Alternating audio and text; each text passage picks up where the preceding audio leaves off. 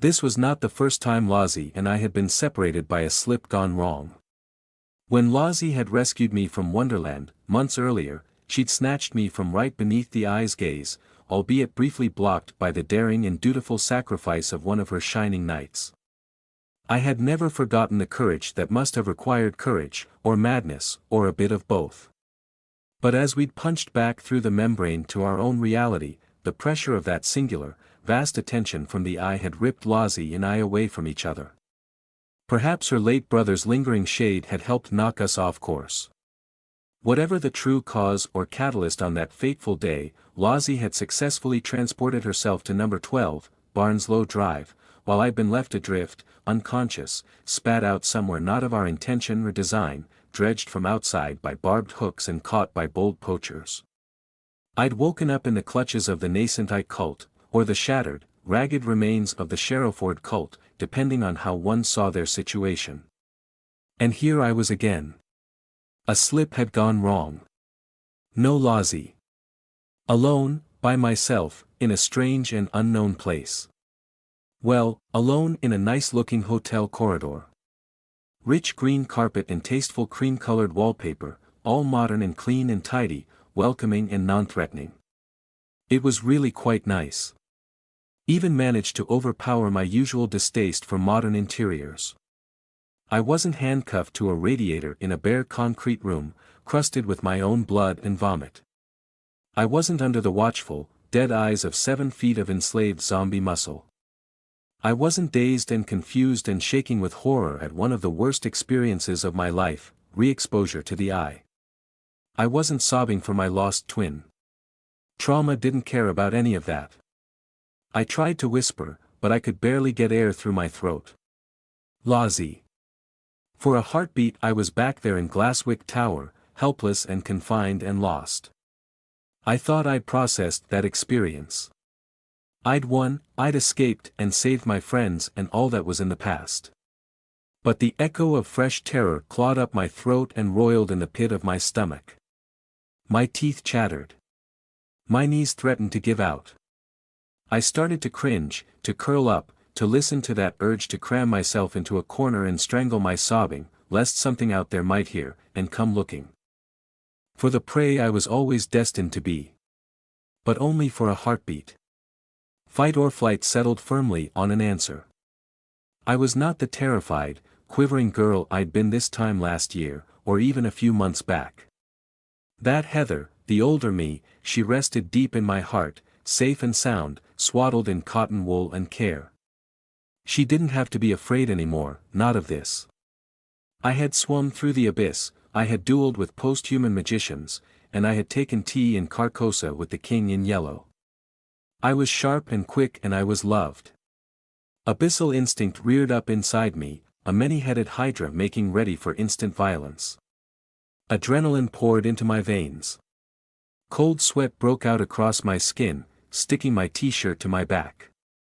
My bioreactor hummed hot in my belly. All 6 pneumosomatic tentacles fanned out to fill the corridor from wall to wall, reaching wide and strobing bright, ready to grab the first figure to emerge from one of the hotel room doors, ready to pop limbs out and rip heads off. This time there would be no hostage situation, no cold threats in a concrete box, no negotiation. A hiss tore up my throat, low and threatening. I'm not usually a violent person, believe it or not, considering some of the things I've done. But in that moment I fully believed that I was ready to kill the next person I saw, human being or demon host or anything else. Whoever they were in this context, my irrational displaced fear rage wasn't quite sure they had taken Lozzie, or tried to take me. They were going to burst through the very nice cream-colored wallpaper or step out from the lift at the end of the corridor with a gun, or maybe appear behind me and call me Lavinia. My skin itched with the threat of warning coloration and biotoxin, bubbling with pneumosomatic potential. Another few seconds and I would have sprouted spines, plated myself with chitin armor, and probably howled like a deep-sea leviathan. One of the cream-yellow doors halfway down the corridor swung open. 20 feet away, perhaps. I readied myself to spring and scratch and sting. Lucky the door wasn't closer, in retrospect.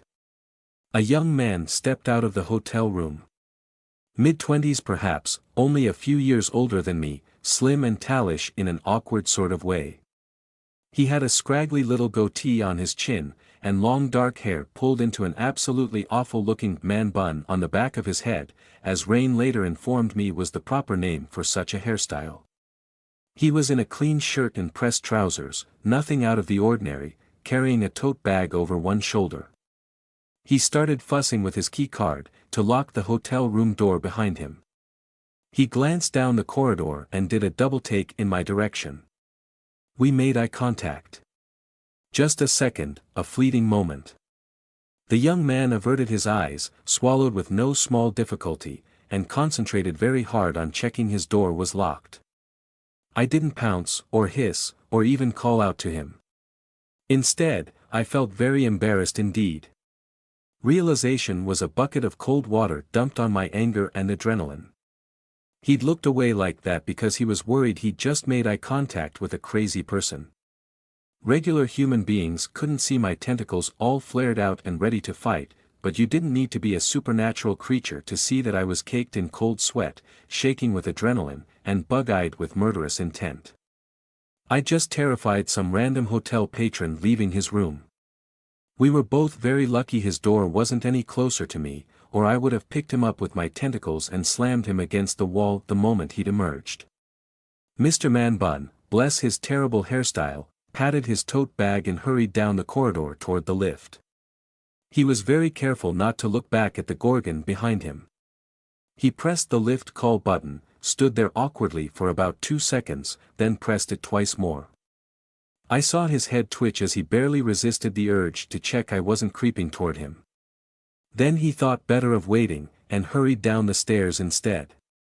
I let out a long, shuddering breath as reason dripped back, pressing a hand to my chest. I even pulled my tentacles in, though only halfway. This was a hotel corridor. Almost a public place. I was surrounded by entirely ordinary daily noises of human habitation, soft voices, and the hum of a television and even the distant rumble of traffic outdoors. Anybody might step out of one of these rooms, and none of them had anything to do with me. That random man I just scared might be about to tell the front desk there was some crazy girl upstairs, having a panic attack in the corridor, wearing no shoes. The slip had gone wrong, but I wasn't the one who'd been snatched. With shaking hands, I fumbled my mobile phone out of my pocket, praying as I jabbed at the contact list. I called Lozzie and held the phone to my ear. Please please, hic, please. Click. Lozzie. I fought to keep my voice down. Lozzie, are you? Heathy. Lozzie. Bright and bouncy, not terrified. The relief was too much. I almost sat down on the floor right there. Lozzie, what just happened? Where are you? Are you safe? Right now, where are you? I'm in Jan's room. Lozzie chirped, like nothing was wrong. Heathy, where are you? I blinked up and down the corridor, at the rows of cream-yellow doors. My head felt numb. In a hotel hallway. With a familiar squeak, a delicate thump, and a loud clack, one of the doors at the rear end of the corridor flew open, bouncing off its doorstop with a rubbery boink.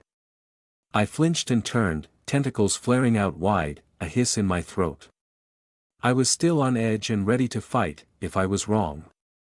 Lozzie bounced out into the corridor, sideways on one foot, carried by her own momentum, pastel poncho flapping along with her. She lowered the phone from her ear and spread her arms. The poncho flapped upward. There you are. Numb all over and shaking with an adrenaline crash, I tripped down the corridor toward her, shaking my head in confusion. She gave me a quick little hug when we met, squeezing me hard. She took one of my tentacles in hand, to gently but firmly lower it from the lingering threat display position. She didn't need to bother, I lashed 2 tentacles around her, as if she might vanish without an anchor. Lozzie. I squeezed her arms as she peeled back from me. Lozzie, what happened? I don't. Come. Lozzie pulled me by the hands. Come in, Heathy. Inside Heathy, inside time, talk inside. I allowed Lozzie to half-steer half-drag me into the hotel room, my fears and adrenaline soothed by the fact she was not lost to the tides and time of outside, or to the devious plans of her uncle, or random chance imposed by a cold and uncaring universe. She stayed hand in hand with me as she scurried inside as well, past the "Do Not Disturb" sign hanging on the room's door handle. She got the door properly locked and closed behind us, throwing the latch and hooking the safety chain in place. Jan was sitting on the nearest of a pair of twin beds, staring at me with wide-eyed alarm. Of course, she could see my tentacles perfectly well. "Hi," I croaked. "Heather." "Hello," she said, her delicate voice formal and tight. "My goodness, you look like you've just seen an entire chorus of ghosts." I didn't know much about hotel rooms. All my home-away-from-home experiences were with children's mental hospitals, and no matter how welcoming those tried to appear, they could never be home. But even I could tell that this hotel room was on the nicer side. To be fair, even the worst dump of a hotel would have been a step up from the rotten, ancient bedsit that Jan and July had been using as a temporary safe house when we'd found them. All cream and soft yellows on the walls and curtains, accented with cheap plyboard wood dressed up in dark colors to make it look like oak. A pair of single twin beds occupied pride of place, complete with a headboard built into the wall. The sheets on the furthest bed were smooth and tight with military precision, every wrinkle removed, the pillows gone as well. The nearest bed, where Jan currently sat cross-legged, looked like it hadn't been made in over a week, and seemed to boast all the pillows from the other bed as well, piled up as if to seat a very fussy princess. The room boasted a desk with a mirror, a tiny little table with a pair of functional but comfortable chairs, a miniature fridge that worried me for a moment, was it full of alcohol? And a tiny kitchenette with 2 burner rings, a built-in microwave, and a toaster bolted to the worktop. Jan and July had evidently made themselves at home there, because the little bin was overflowing with food wrappers, takeaway cartons, and empty coffee cups. The entrance had a little rectangular area of polished wooden floorboard, so you could remove your shoes without dirtying the carpet. It was currently occupied by a pair of massive boots, July's, I assumed, and Jan's neat little pink trainers. Very civilized, I thought. Pity Lozzie and I weren't wearing any shoes. An open door led off to the left, showing clean white bathroom tiles beyond. I could see the corner of one fluffy towel. A single window dominated the far wall, currently covered by heavy curtains. Bright, blazing sunlight crept around the edges. Air conditioning hummed from 2 overhead vents, keeping the room soft and cool while the world baked outdoors. I wasn't used to that, not at all. How very mage-appropriate, shutting out the sun. Our mage friend and her athletic demon had made themselves at home in other ways too. I spotted the sword-carrying guitar case propped up by the window. Jan's massive white coat was draped over a chair, swallowing it whole, though I could see various other practical garments on the seat of that chair, with straps and holsters, and what I later realized was the corner of a military-style flak jacket. Jan's pink tote bag lay on the desk, spilling out books and odds and ends of clothing in a small makeup pouch. A large rucksack and a massive sports bag sat on the floor near the end of the beds, doing the luggage impression of a dead animal in the process of being gutted. Clothes lay about as if dragged from the bags by smaller scavengers. A laptop stood open on the little table, showing a YouTube video of a cartoon horse. Other detritus lay all over the place, a phone charger cable, a couple of notebooks, an abandoned bra. They'd hooked some kind of game console up to the hotel television. I think I recognized it as one of the kind Evelyn kept saying we should get for Tenny. On the inside of the front door was a magic circle. Plain black, drawn in pen, on a piece of white A3 paper, held up with sticky tape. 3 circles of descending size, like ripple rings, connected by jagged lines and surrounded by snippets of a language that I recognized after a moment, though I couldn't read a word of it. Vietnamese. The magic didn't stir any nausea in my gut, but the triple circle design made me feel like I was staring into a tunnel, a tube that reached into a white void of infinite space. A whine started on the edge of my hearing. Jan cleared her throat. The whine cut out. Wouldn't stare at that for too long, if I were you. I could hear the wince in her voice. Not that it's dangerous. Not exactly. Just uncomfortable. You know. She cleared her throat again. I'm just being polite, of course, you can do whatever you want. Lozzie pulled me away from the door and pulled my attention away from the magic circle. I allowed her to guide me out onto the thick sea green carpet, our socks sinking into the fabric. I held on to her hand, unwilling to let go, and kept two of my tentacles wrapped around her like a squid in a strong current, lashed to a rock. One wrapped around her shoulders, the other about her waist. She cooed to me. Heathy, it's okay, it's okay. I shook my head, still trying to gather myself. Lozzie, stop. Stop, please. What just happened? What was that? How did we get separated? From the nearest of the two beds, Jan cleared her throat delicately, a third time.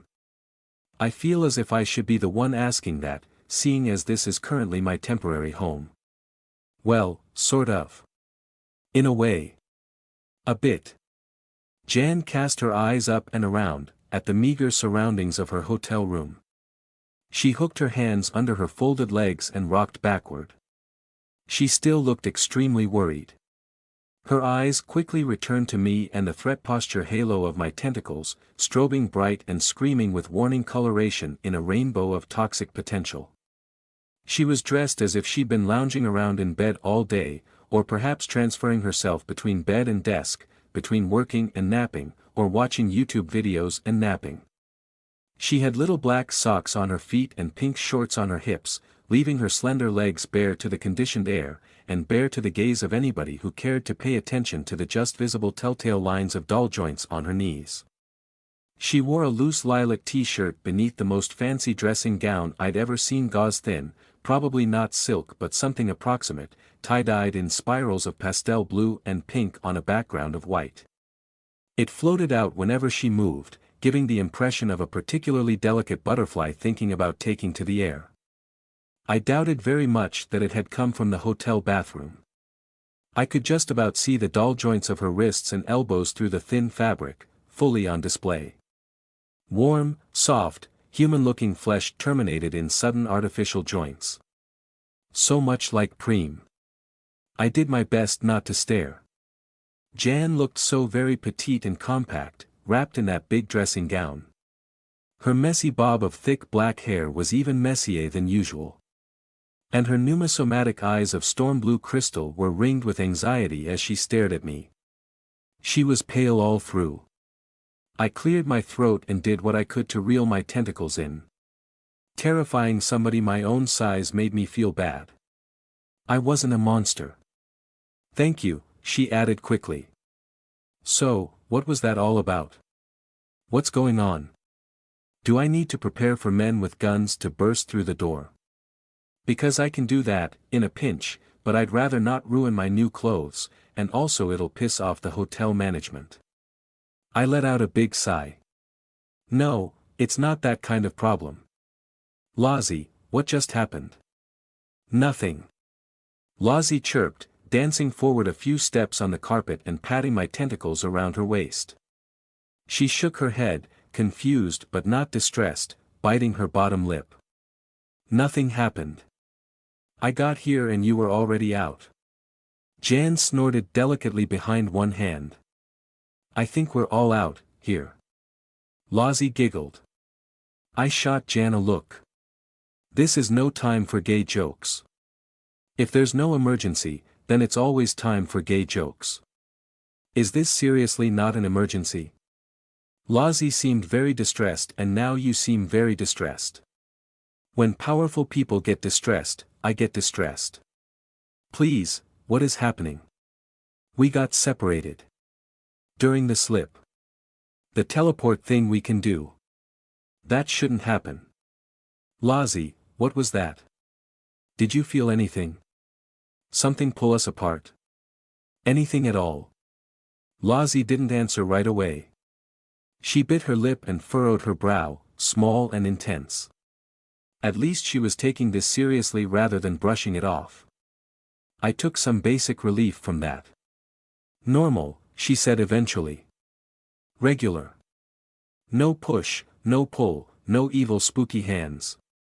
I promise, nothing touched us. It felt normal. I glanced around the hotel room, then back at the magic circle on the inside of the door. Could this be Jan's doing? Perhaps the slip hiccup was the result of a trap she'd laid for Lozzie and me. Maybe she'd intended to peel me off, then entrap Lozzie while she was alone and beyond my help. But her plan had failed, so Jan was acting scared to cover for her mistake. The failure would already have her terrified. I knew she was frightened of me, of us, so acting alarmed and worried wouldn't be too much of a leap. She could draw on her real emotions to make it believable. Jan said when I stared at her. She raised her eyebrows. Yes. Heathy, Lozzie whined. Where's July? I asked. Jan didn't answer for a second. I didn't blame her. I was standing there with my tentacles ready to whip her off the bed and slam her to the floor, though I didn't know it myself at the time. I was bristling like a cornered animal. I just asked her where's your backup? While looming over her, ready to inflict terrible violence. She glanced at Lozzie. A little help, please.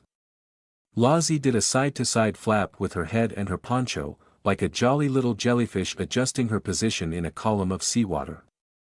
Then she flounced across the last few steps separating her from January. She crawled onto the bed beside Jan and leaned into her, so that her pastel poncho and Jan's matching dressing gown were momentarily one and the same. I kept a tentacle wrapped firmly around Lozzie's waist, like a lifeline. Jan eyed it with open anxiety. It's okay, it's okay. Lozzie purred to her. If you say so. Jan swallowed hard. If you must know, July is currently in the hotel pool. Downstairs. She likes to swim. Doesn't get much opportunity, so she's been doing it every day we're here. She wet her lips with a delicate flicker of pink tongue. Excuse me, Heather, but you are scaring the shit out of me. Please stop. I turned my head to look back at the little wooden entrance area.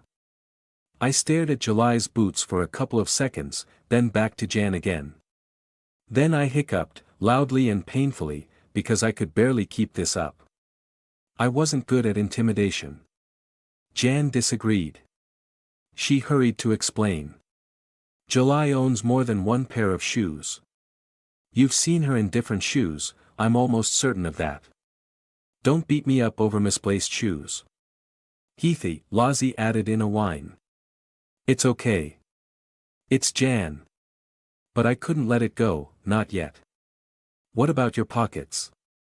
Jan tilted her head very slightly, giving me a you can't be serious sort of look. I can't prove a negative. July is downstairs.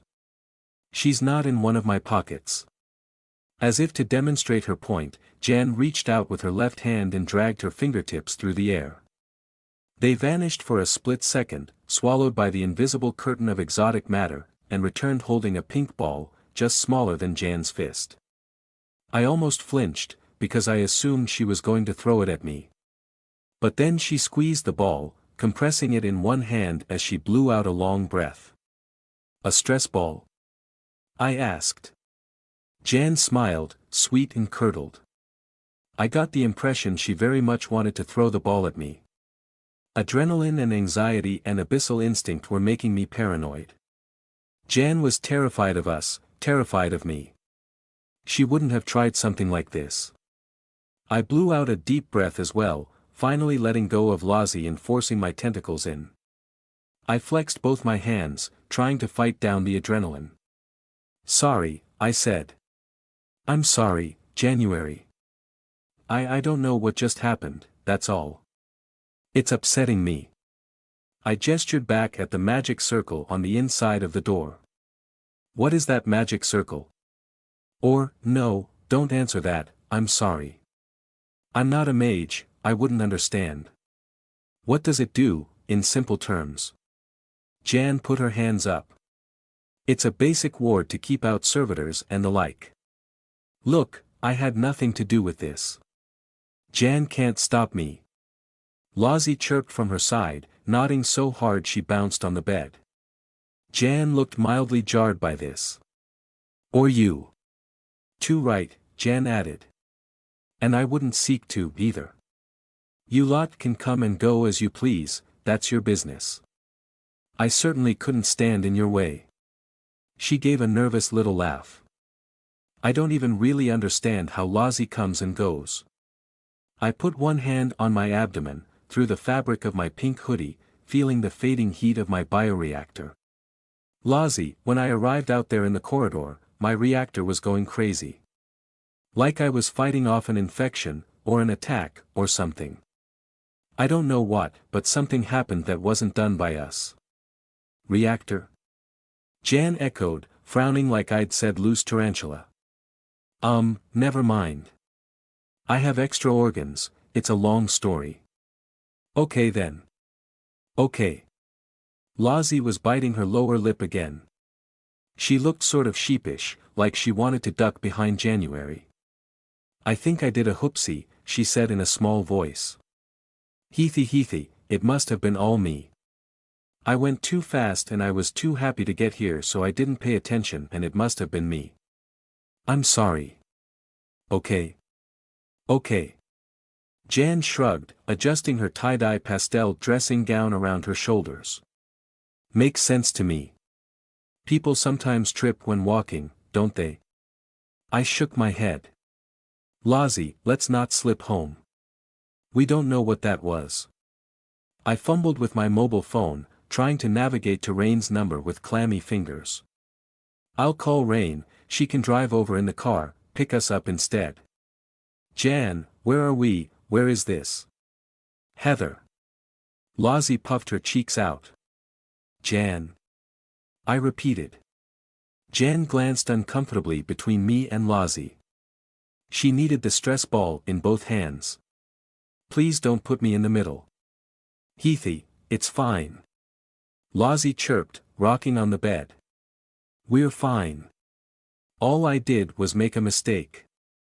Look, watch, I'll do it right now and it'll all be fine. Before I could gather my wits and my muscles to launch myself at her, Lozzie bounced to her feet on the bed, hopped back from Jan, and leaped into the air. She vanished. Lozzie. I almost screamed. Jan had to duck and cover to avoid my whirling tentacles, whipping through the air where Lozzie had vanished, as if I could pluck her from the membrane. Lozzie. Lozzie, for pity's sake. But of course, Lozzie wasn't there to answer. Just me and Jan, alone in a hotel room. Jan cleared her throat and pulled an incredibly awkward smile. I squeezed my own ribcage with both arms, terrified that Lozzie wasn't going to come back. After a long, uncomfortable moment, Jan said, "She is irrepressible, isn't she?" I heard the affection in her tone, but couldn't process the meaning. I just stared at her, head going numb, then hiccuped loudly. Sorry. Lozzie, I mean. It's quite endearing, but living with her must be a handful. I squeezed my eyes shut. If she's gotten lost or kidnapped again. Again. That's another long story. She hasn't told you? Jan shook her head, trying to look casual, but I could tell she was burning up inside with curiosity. She's told me some things about herself, her life. Her brother and all that, I assume. She never used the word kidnapping, though. It's not my place to say. I squeezed the words out through a closing throat. Lozzie had been gone for 30 seconds, longer than I expected, longer than I could stand. I looked down at my phone again, fumbling for Rain's number. Lozzie, you idiot, you irresponsible. Boo, went Lozzie. She jumped out from behind the bathroom door, flapping her poncho out wide like a bird doing a mating display. Ah! Jan lit up. She did a little round of applause. Well done. Lozzie took a bow, then did a curtsy, then performed a sort of wiggly tumble over toward the bed. I was so overpowered by relief that I had to sit down. I barely recalled Lozzie flapping over and pulling out one of the plastic chairs for me, or the feeling of thumping down into it, or her brief but heartfelt hug. She danced back again, smiling with pride, a little bit smug. See? Slippery slips all licky-split, not a problem within sight. All I did was make a mistake, Heathy. Please don't make a big deal about it. Even Lozzie's mess up sometimes. She trailed off and bit her lip. I nodded along and muttered an apology. Lozzie had slipped, gone there and back, and everything was fine. If somebody Edward was trying to kidnap her, then they would have taken her while she was alone, ricocheting off the membrane like a pink and blue pinball. Nobody was trying to snatch Lozzie during a slip, nobody could except me, anyway. As far as I knew, there was nobody else like us. I took deep breaths and massaged my forehead, feeling the tension flow out of my muscles. Edward wanted Lozzie, but he hadn't tried to snatch her just now. My mistake. My paranoia. But one hand strayed to my abdomen. I gnawed on the memory of that burning sensation, of my bioreactor running hot. What had caused that? It was quiet again now, back to normal. But I'd felt that. The reality of my body could not be denied. Lozzie perched on the edge of the bed and flopped backward, lying down next to Jan, amid the jumble of covers. Jan gave me an awkward smile. Well, this certainly wasn't the afternoon I had planned. This makes the second time you've burst into my room and threatened me, you know that? I'm sorry, I sighed. I'm protective, of Lozzie. We all are. No hard feelings, not for that. Yes. Jan cleared her throat, awkward in a very different way. When I looked up, I found that Lozzie had draped one lazy arm and part of her poncho over Jan's hip and thigh. Her slender, pale hand rested on Jan's bare knee, directly on the doll joint. Jan met my eyes, blushing faintly, trying not to acknowledge her position. I studied Jan for a moment, her petite form beneath her gauzy dressing gown, the faintly visible doll joints on her arms and legs, her fluffy hair and delicate facial features. Quite a form to choose, if one had the opportunity to engineer and design one's own body. I watched the color growing in her cheeks, and the shift of her eyes with their infinite blue depth, like watching a shining sea from orbit. Jan wet her lips with a dart of pink tongue. Oh dear, she said. Am I about to get scolded? I took a moment to gather my thoughts, but found I had misplaced several of them. Scolded? Jan pulled that self-consciously oily smile she'd used a few times before, the look of the con woman who'd been rumbled, and knew that her mark was onto her. You never got to tell me off for pressuring your housemate to share her weed with us. Kimberly, wasn't it? I did pay, above market rate. And it was very good stuff. Oh, that. I shook my head. Well, it didn't do any harm in the end, but you were sort of the responsible adult. We had fun. Lozzie chirped from the far side of Jan's hip. She looked like she was about to bite Jan's flank. It was giggly. Jan's smile got more awkward and a lot more toothy. Sorry. I sighed and waved the idea away. We were in the middle of an emergency, but it wasn't your fault. Check with us next time though, please. Jan bobbed her head. I really didn't know. And She glanced down at Lozzie, just a flicker. I suppressed another sigh. She'd had a chance to get high and emotionally involved with somebody she was very interested in, and she'd taken the opening. I could hardly fault her for that part. Don't worry about it, I said. Besides, I don't know if I can really scold somebody so much older than me. You seem so much more adult, compared to when we first met you. Jan's smile relaxed. She spread her hands in a self-deprecating shrug. Well, I've shed most of my camouflage. It's why I've moved, too. Why stay in that awful dump when I'm on good terms with all the local players? You and Evelyn, the rest of the silly cultist people, the local whack jobs out in the woods, there's always a few of those in every place, you know. Jan's smile creaked. She was leaving somebody out, and we both knew it. She gestured at the room with a flick of her wrist, still holding the stress ball in one hand. To answer your earlier question, we're in the Sherrowford Metropolitan Hotel, that is. Better than a Travelodge, but not so much better that it breaks the bank. Also the staff are paid terribly, so they're easy to bribe. Lozzie snorted a giggle. She scooted over further so she was curled around Jan's hips and backside, like a living, pastel-colored pillow for Jan's lower back, head on one side of Jan, legs on the other. Jan stiffened, eyes widening slightly, trying to hide her reaction, like a cat who wasn't certain about being petted. With a visible deep breath, she forced herself to relax. I need to ask you a question, I said. Then I hiccuped and sighed. Ah, said Jan. Ah, went Lozzie, half sitting up. I didn't want to do this, and I really didn't want to do this in front of Lozzie, but there was no better opportunity. Jan, I said, trying to play the words forward in my head before I spoke them. I apologize in advance, but I have to ask this question. I realize the answer is probably no, and Evelyn, mostly, has already decided to trust you. But I have to ask you, if only as a warning. Yes.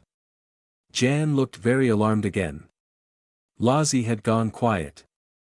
Edward Lilburn, the mage we're in conflict with, he's Lozzie's uncle, I said. At the sound of his name, Lozzie buried her face in the covers. Jan's alarm faded, replaced with quiet caution. I half expected her to place a hand on Lozzie's shoulder, but she didn't touch her. She just said, I am aware of that.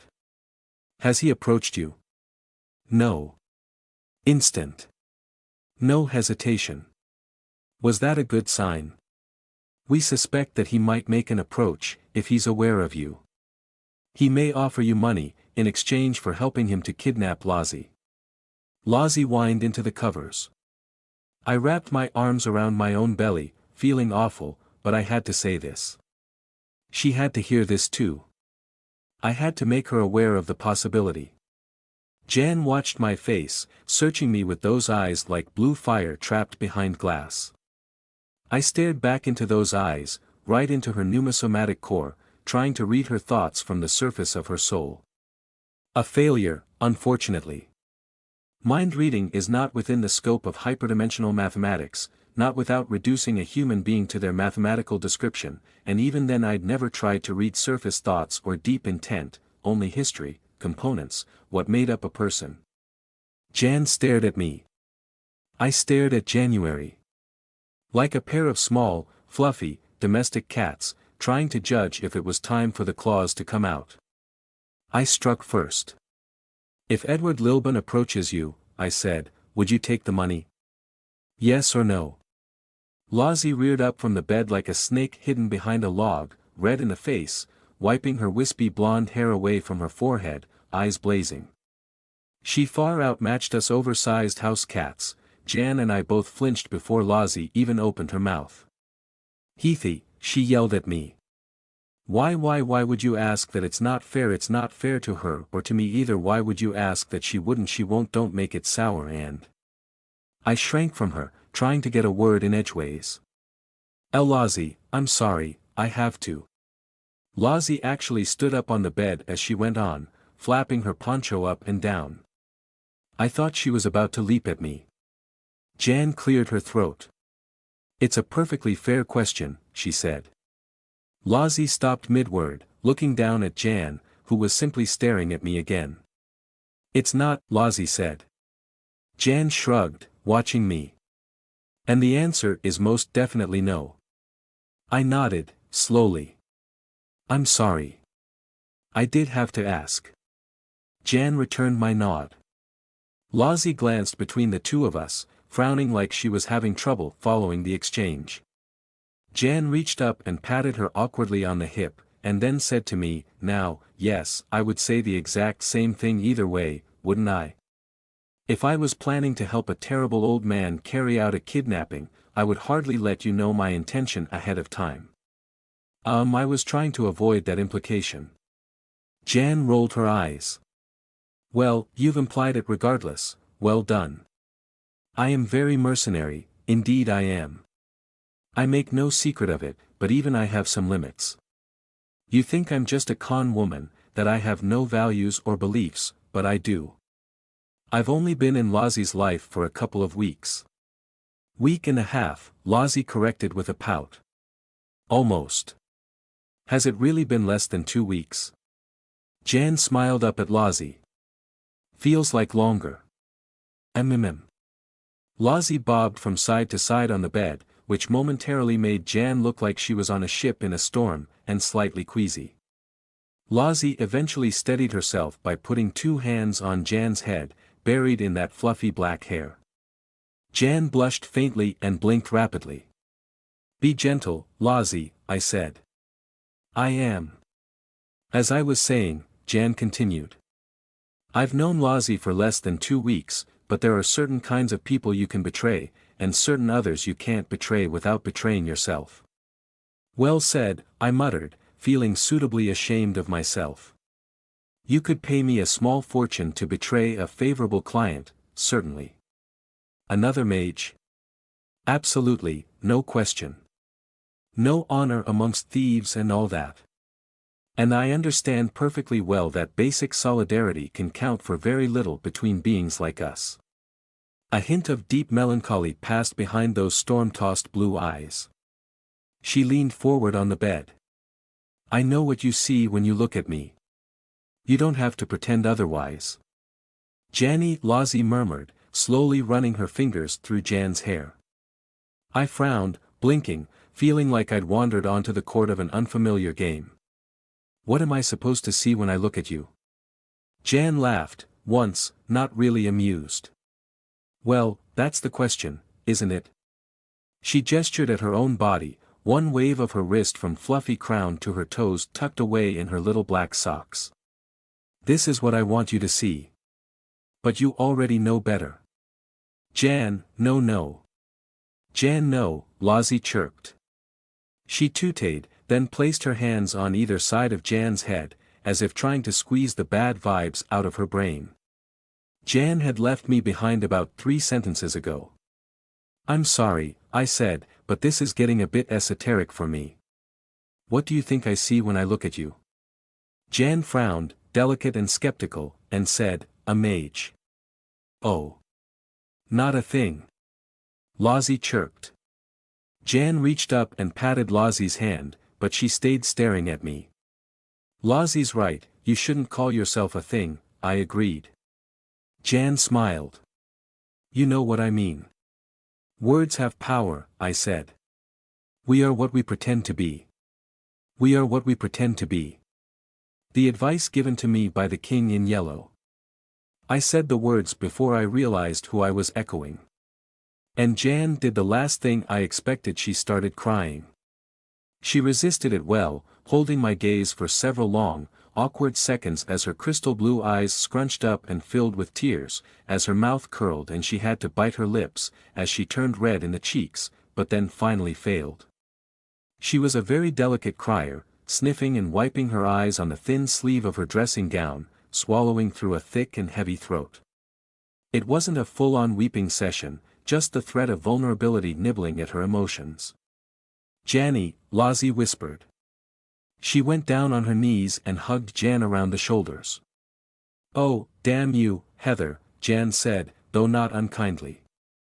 It's been a long time since somebody made me cry my own tears. I am sorry, I said, feeling terribly awkward.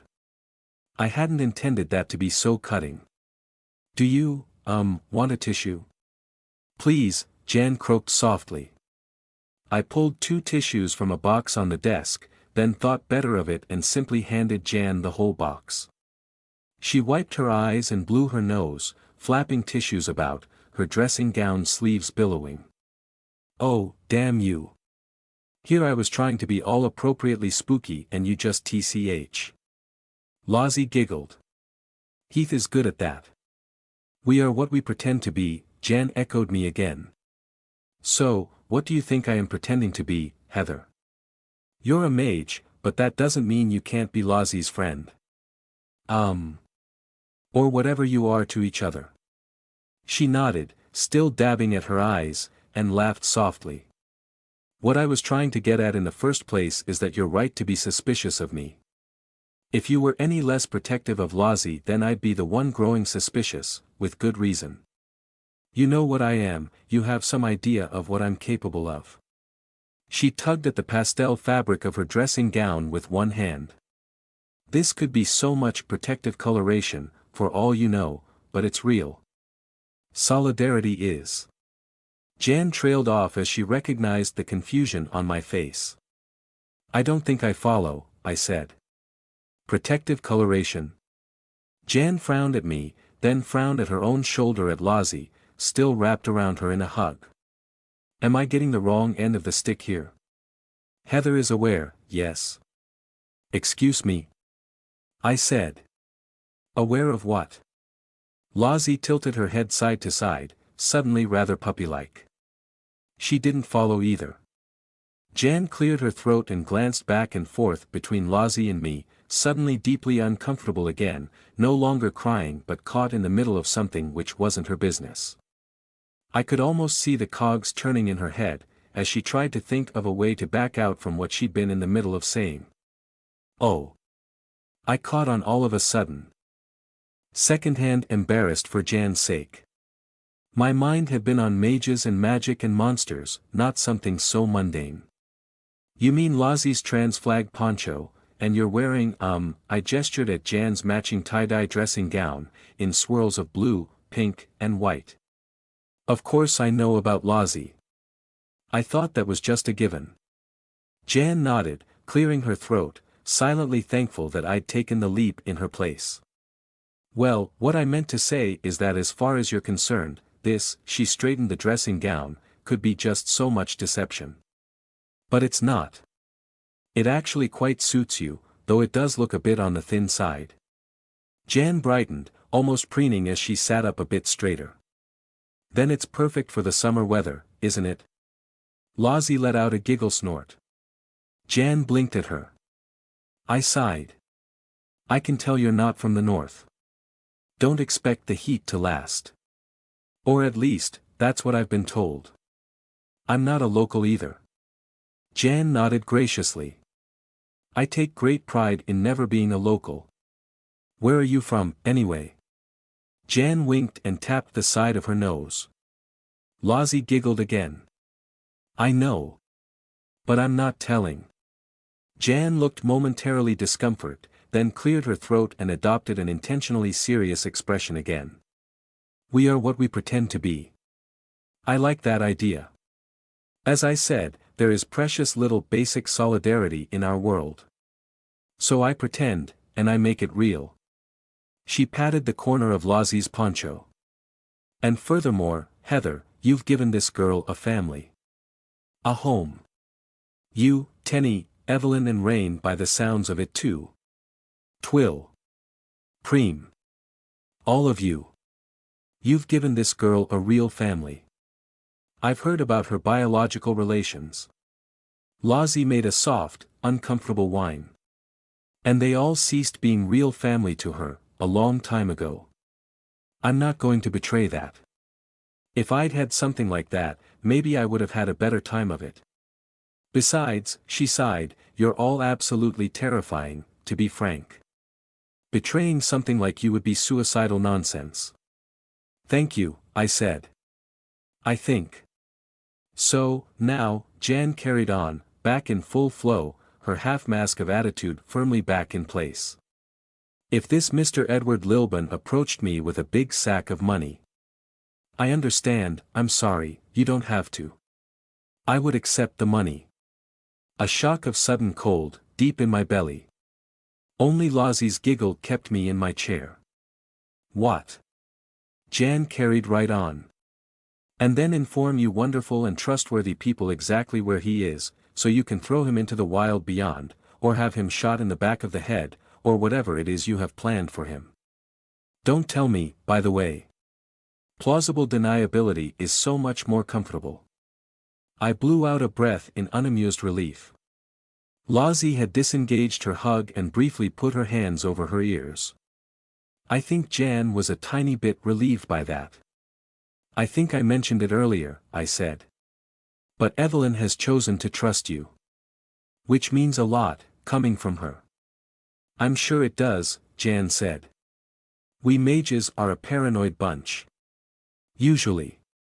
I'll choose to do the same. Jan bowed her head, formal and stiff, almost a little sarcastic, though I wasn't sure that undertone was intentional.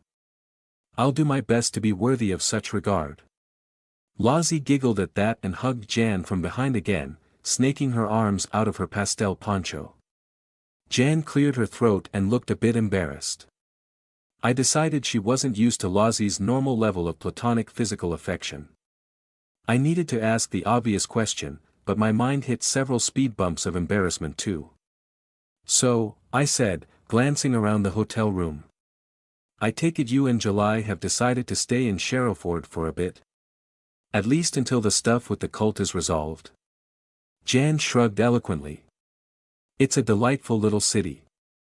I couldn't help it, I frowned in disbelief. Lozzie wrinkled her nose. It's functional, I said. Okay, alright, Jan admitted with a laugh. It's rotting from the inside out, yes, and that's just for the normals. It's also absolutely lethal. The walls between reality and other places are very thin here, even I can feel that, and I'm not the most powerful mage going. No wonder so many different people are so eager to hang on to this place. I've got reasons to stay for now, though I usually make it a policy not to stop for long in places where mage-on-mage conflict is about to break out. I felt a tug of curiosity, though it was distracting me further from my real intent. Mage-on-mage conflict, I echoed. Have you seen quite a bit of that? From a distance. I'd rather not be involved when you deal with Edward. Or whatever happens afterward. Though I would happily give sanctuary to some. She bit her lower lip and glanced at Lozzie. Wait, what am I saying? You can teleport wherever you want, can't you? Lozzie chirped. Anywhere. Well. Why am I staying in Sherrowford? Jan laughed softly. July and I could head to more familiar climes. You could come visit down True. Jan caught herself, cleared her throat, and glanced at me. Is there a reason I need to stay in the city, if Lozzie can bring people along? Lozzie's slips are very rough for passengers, I said. Something in my tone must have communicated the awful, jarring truth behind such a bland statement. Jan swallowed and nodded. She understood the look in my eyes. Well then. I'm here for a little longer, at least. I suppose. Reasons to stay, I echoed, glancing between Lozzie and Jan. Lozzie seemed so very comfortable, hugging Jan from behind. She and Jan could not possibly have been any more different, one so neat and delicate and devious, one so free and floaty and uninhibited. Lozzie met my eyes and winked. Jan, there is something else I want to ask you, I said, and managed to sound casual enough not to cause a second panic. Here we go, went Lozzie. She giggled. Are you and Lozzie in a romantic situation? I sighed, sudden and sharp. Oh wow, I really made that sound precise, didn't I? Jan blinked 3 times and blushed like a tomato. I hadn't expected that. Lozzie giggled like crazy. Heathy, she squeaked. Jan struggled. We haven't kissed. Or anything like that. I don't. We've snuggled. Lozzie told me. Jan's a good snuggler. Jan was mortified. I put my hands up, blushing too. This situation was obviously far from what I had worried about. I'm sorry, I said. You don't have to tell me everything. Or even anything. I just needed to check. For Lozzie. I mean, not that it's any of my business. Oh, Jan huffed, fighting through her embarrassment. Well, maybe it's a tiny bit romantic. Quasi-romantic? Is that a thing? Lozzie nodded sagely. She was enjoying this far too much.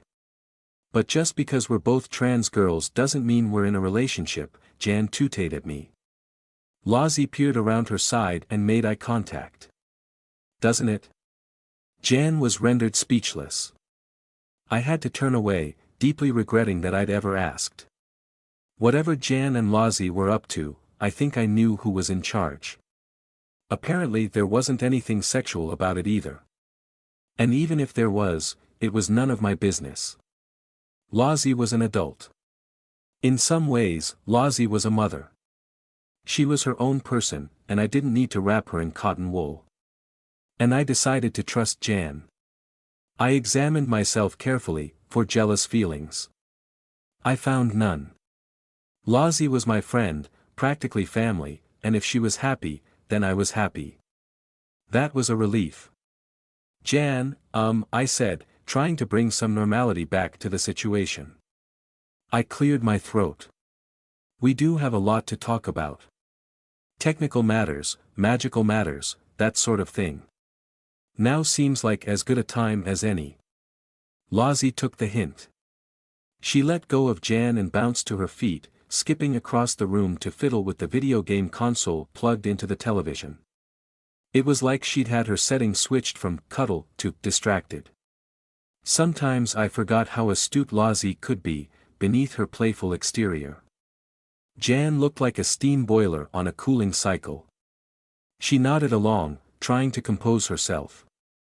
Yes. Indeed. And I should probably call home, I said, gesturing with my mobile phone. We did say where we were going, but we left in kind of a rush. Rain and the others might be worrying about me. Look, Jan said with a sigh. Before we move on, thank you for understanding. I will admit, I wasn't expecting this. Whatever develops between myself and Lozzie, I don't intend it to be romantic. Ah, went Lozzie, but she was giggling behind a sleeve. Teasing Jan like crazy. Jan cleared her throat again. I caught her eye. We both understood how Lozzie tended to be. Though, she added, if things go that way, well. Ahem. Yes. Jan blew out a huff. I did not expect tolerance as a mage. Though I suppose you can hardly talk, Heather. You're far from normal yourself, and I mean that as a compliment, by the way. I'm sure you do. Your tentacles are extremely impressive. I must ask you more about them, sometime. Jan laughed. Besides, you're romantically entangled with a mage too. I blinked. What? What? Jan echoed me. Lozzie giggle snorted, flapping out her poncho. Oopsie. Heathy doesn't like to acknowledge that she and Evie Weevy love each other very much. Does literally everybody know? First Twill, then you. Sevens is probably aware of it too, even if she really has stopped reading our minds, or whatever it is she does. Not to mention Rain trying to lend me out that one time, like I'm a plush toy or something. Who else knows? Preem. Zheng. Has Tenny noticed? Oh, that would be a disaster, she's too young to understand the complications involved, she'd say it out loud. At least tell me you don't all sit around discussing it behind our backs. Tell me. Evelyn and I aren't the only ones who haven't discussed our own bloody relationship. Lozzie couldn't stop giggling. The more I ranted, the worse she got. She'd started with a delicate little giggle snort, but my impotent outrage drove her into a flapping frenzy of pastel poncho and laughing fit. One hand clamped over her mouth in a futile gesture at tact, heaving for breath through her nose, eyes watering with laughter. She capered from foot to foot in a little circle next to Jan's hotel bed, overflowing with vicarious energy. I could hardly blame her. I was being absurd. Ranting and raving meant I didn't have to stop and think. But I couldn't go forever. Lozzie laughed and giggled and guffawed, so eventually I shut my mouth. Heathy, Lozzie squeaked like a steam train. She hadn't expected such a bounty. For a split second I almost went outside. It's what Lozzie would have done, cornered inside her own emotional thicket of thorns and barbs. She would have escaped via outside. Why not? I didn't have to sit here and have this conversation. I didn't have to face these things. I could not be forced. Lozzie would follow me though. There was no escape, not even outside. I shut up and sat there in that increasingly uncomfortable hotel room chair, arms crossed, tentacles folded, fuming silently, blushing like a beetroot and scowling at the sea-green carpet. Maybe the floor would open up and swallow me if I gave it a rude enough look.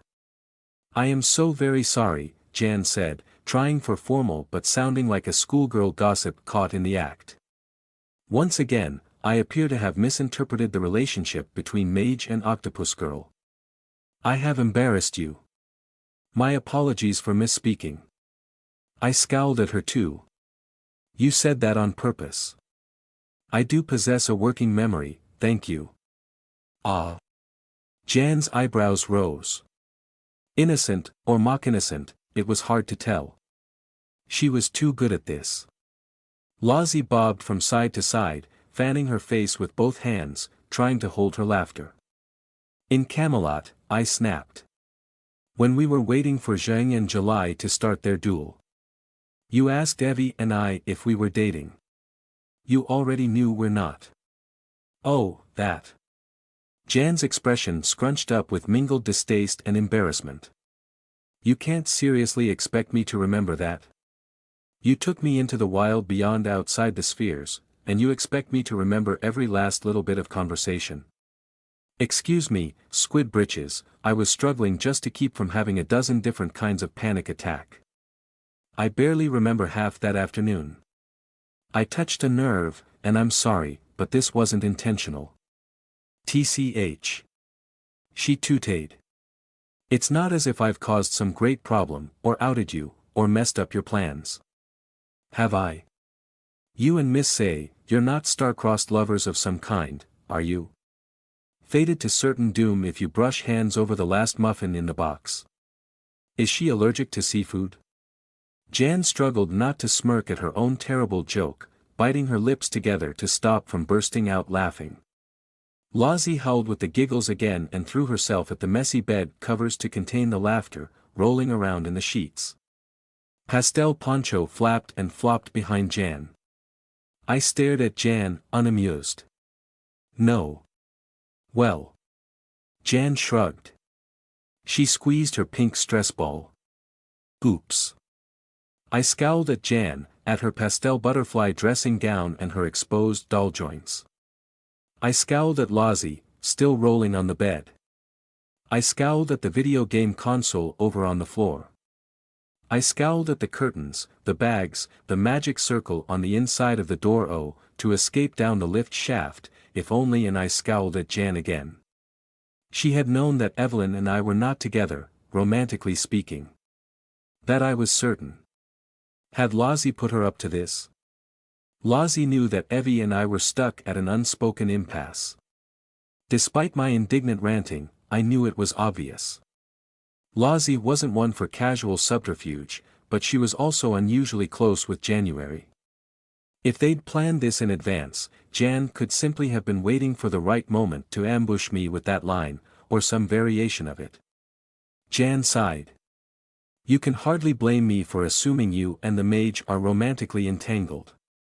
It seemed obvious enough. I sighed too. I was still shaken by the slip spitting me out alone in the corridor, without Lozzie. I was still worried over Lozzie's safety and Jan's reliability. Paranoia can be a useful tool, I'd learnt that much from Evelyn.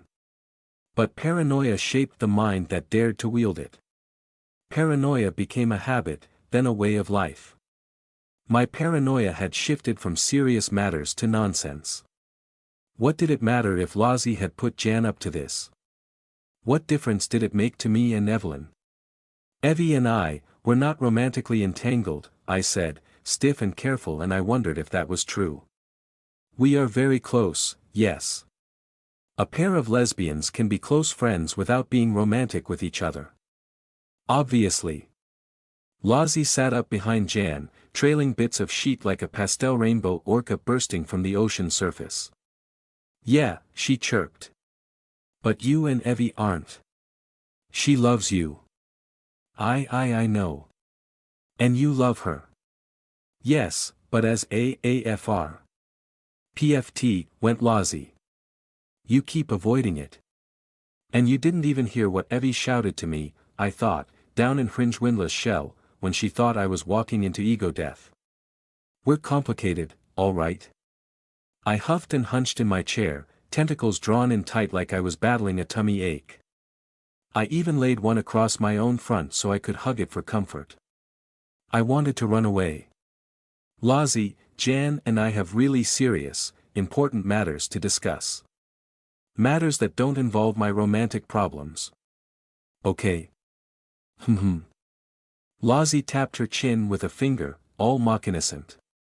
Jan shrugged with her hands, looking oh so very reasonable. We could have a proper girls' talk first, if you like. After all, I'm not part of your bizarre extended polycule, all crammed into that one house together. I'm outside your system, and sometimes what you need is an outside perspective. I glared at her, aware that my face was burning up. She rotated her hands so she was surrendering instead of shrugging, then squeezed the stress ball. No, thank you, I said. Won't even charge. Agony Aunt January. A free session. Heathy, Lozzie cooed. Why not just talk to Evie Weevy? I hiccuped, loud enough to make Jan jump, hard enough to hurt my throat and chest.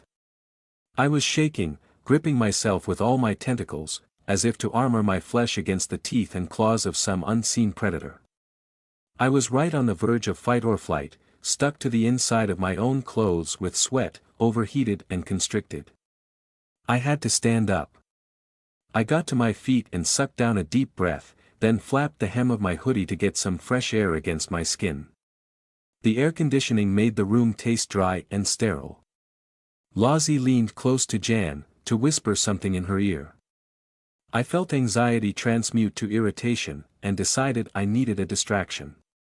Perhaps it was the way I'd been conversationally ambushed, or perhaps it was the result of coming down from the adrenaline high and paranoid defensive mental posture, but I was liking this hotel room less and less by the minute. It was clean and airy, simple and modern, without decoration or ostentation, but the longer I spent here the more it reminded me of the kind of anonymous box I'd left behind when I'd moved in with Rain and Evelyn. Human beings were not meant to live alone inside air-conditioned cages, no matter how convenient. I was well aware that was horribly unfair. Jan wasn't living alone, she had July. For all I knew she spent most of her time on that laptop, talking with hundreds of online friends. Or maybe she went out clubbing every night. I really knew very little about January. One woman's alienation is another's paradise. Trying to clear my thoughts, I walked over to the heavy curtains which covered the hotel room's large window. Thin strips of sunlight like white fire showed around the edges, the burning day held at bay behind thick fabric. With my tentacles, I peeled back the edge to look outdoors. What I got was a full face of direct sunlight, enough to make me blink and squint. Sherrowford, sun-cracked by the strange June. For a moment I wasn't sure where we were located, other than several stories up. Heat haze rose from a tangle of black tarmac roads, the kind of meaningless intersection that you might find in any city, hemmed in by glass and brick and metal all around, punctuated by traffic islands as isolated as undiscovered Pacific atolls. Plants wilted and turned brown. A few hardy trees along the pavement sucked sustenance from unseen sewer lines or buried stream beds or from piles of corpses, for all I knew. Few pedestrians braved the heat. Even the pneumosomatic life seemed sluggish, sticking to the shadows of tall buildings or congregating beneath trees, though I did notice more plant-like ones up on the tall rooftops, petals of ice or metal or flesh wide open to drink in the heat. Plenty of cars navigated the tangle of back roads. As I watched, a couple of city buses passed by. A pneumosomatic dog thing the size of a horse was riding on the roof of one bus. It looked at me as it went past, then threw its head back in a silent howl. I raised my eyes and recognized the spires of Sherrowford Cathedral on a distant hill. An ape-like thing was wrapped around one of the spires, fast asleep. It must have been huge. I spoke without looking back at Jan and Lozzie. "We're near the station, aren't we?"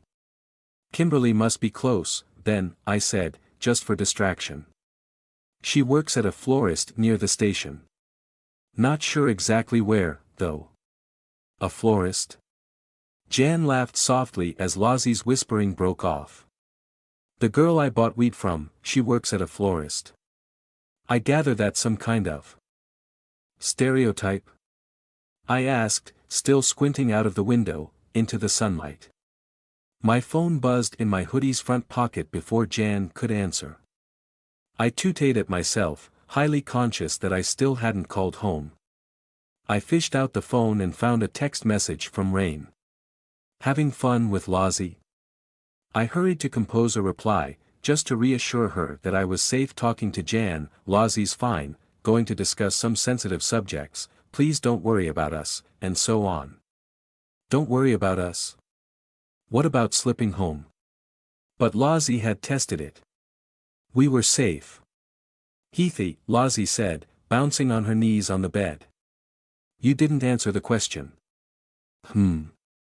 I blinked up at her as I sent the text message to Rain. Lozzie looked like a melted jellyfish in blue and pink. "Why don't you just talk to Evie?" she chirped. Jan cleared her throat and nodded very intently, catching my eye with a silent, preemptive apology. "I wasn't sure about earlier, but this time." Yes, Lozzie had absolutely put her up to whatever was about to happen next. That's what all the whispering had been about, and she was very sorry to do this to me. "Yes, quite," Jan said. "Now, I don't have the widest range of romantic experience, to put it lightly, but I have discovered that generally these things go better if you communicate. Why not speak with her?" Under duress or not, that question grated on me. I gave her a bit of a look. "Yes, I'm well aware." Lozzie giggled. "Heathy. You even sound like her sometimes. Like Evie." I sighed and rubbed my face with one hand. "She's rubbed off on me. Her way of speaking is very courageous." I answered without hesitation. "No, I'm afraid of the opposite." Jan snorted a very inelegant laugh, then flapped her hands and pulled a grimace. She finally lost her grip on the stress ball, which fell and vanished among the bed covers. "Sorry. I was a bit overcome with your sheer confidence." I tucked the curtain back into place, shutting out the sun once more. I turned and leaned against the wall, head against the plaster, tentacles stretching out wide. I closed my eyes in emotional exhaustion. "My love life is already complicated beyond reason," I said. "You think going outside is bad? Try juggling my 3 girlfriends." I heard nothing for a moment, saw nothing but the inside of my own eyelids, the play of colored darkness across the underside of my own flesh. Then Lozzie said, "It's true." "Heather, please," Jan sighed, a bit tighter than before. She was running out of patience, but I wasn't sure who with. "Enumerate for me." "You've already proven that your polycule is beyond my comprehension." "Boo-hoo," went Lozzie. "Heathy." I opened my eyes and pulled an apologetic smile. Lozzie had both hands on her cheeks in a mock scandalized look. Jan seemed puzzled. "Ah. Heathy never swears," said Lozzie. "I can swear if I wish to," I said. "It's not like I'll burst into flames. I just don't, not very much." "Sorry, Lozzie, it's just this is a difficult topic." "And I'm not part of your polycule," said January. "Go on, if you're comfortable." More than a hint of teenage girl crept into Jan's tone when she said that. The mask of the con woman, non-threatening and safe to speak with, just a young girl without a care. Was that intentional, or was it her way of trying to reassure? She wasn't that dissimilar to Sevens, in some ways.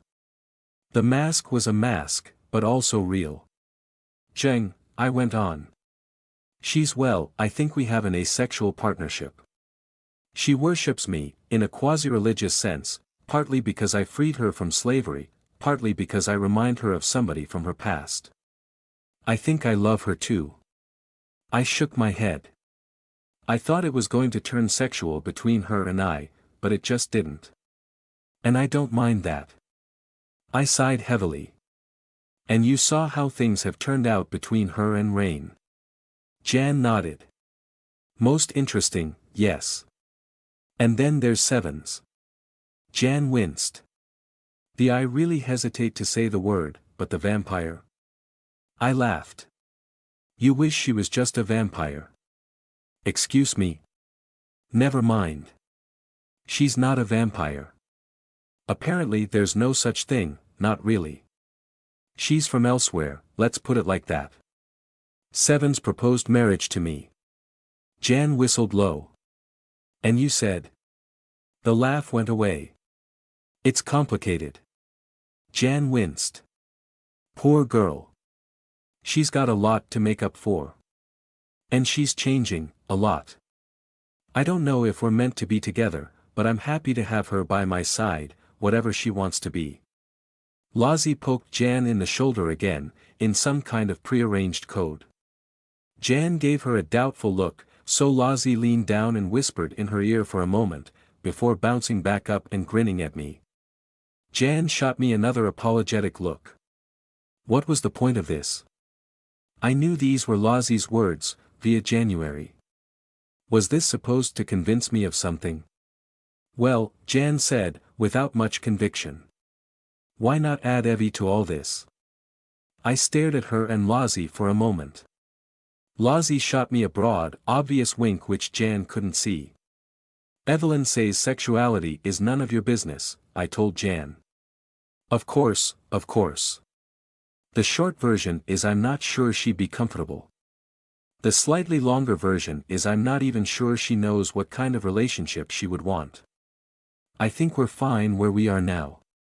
She and I are very, very close. And maybe that's how we're meant to be. And that's okay.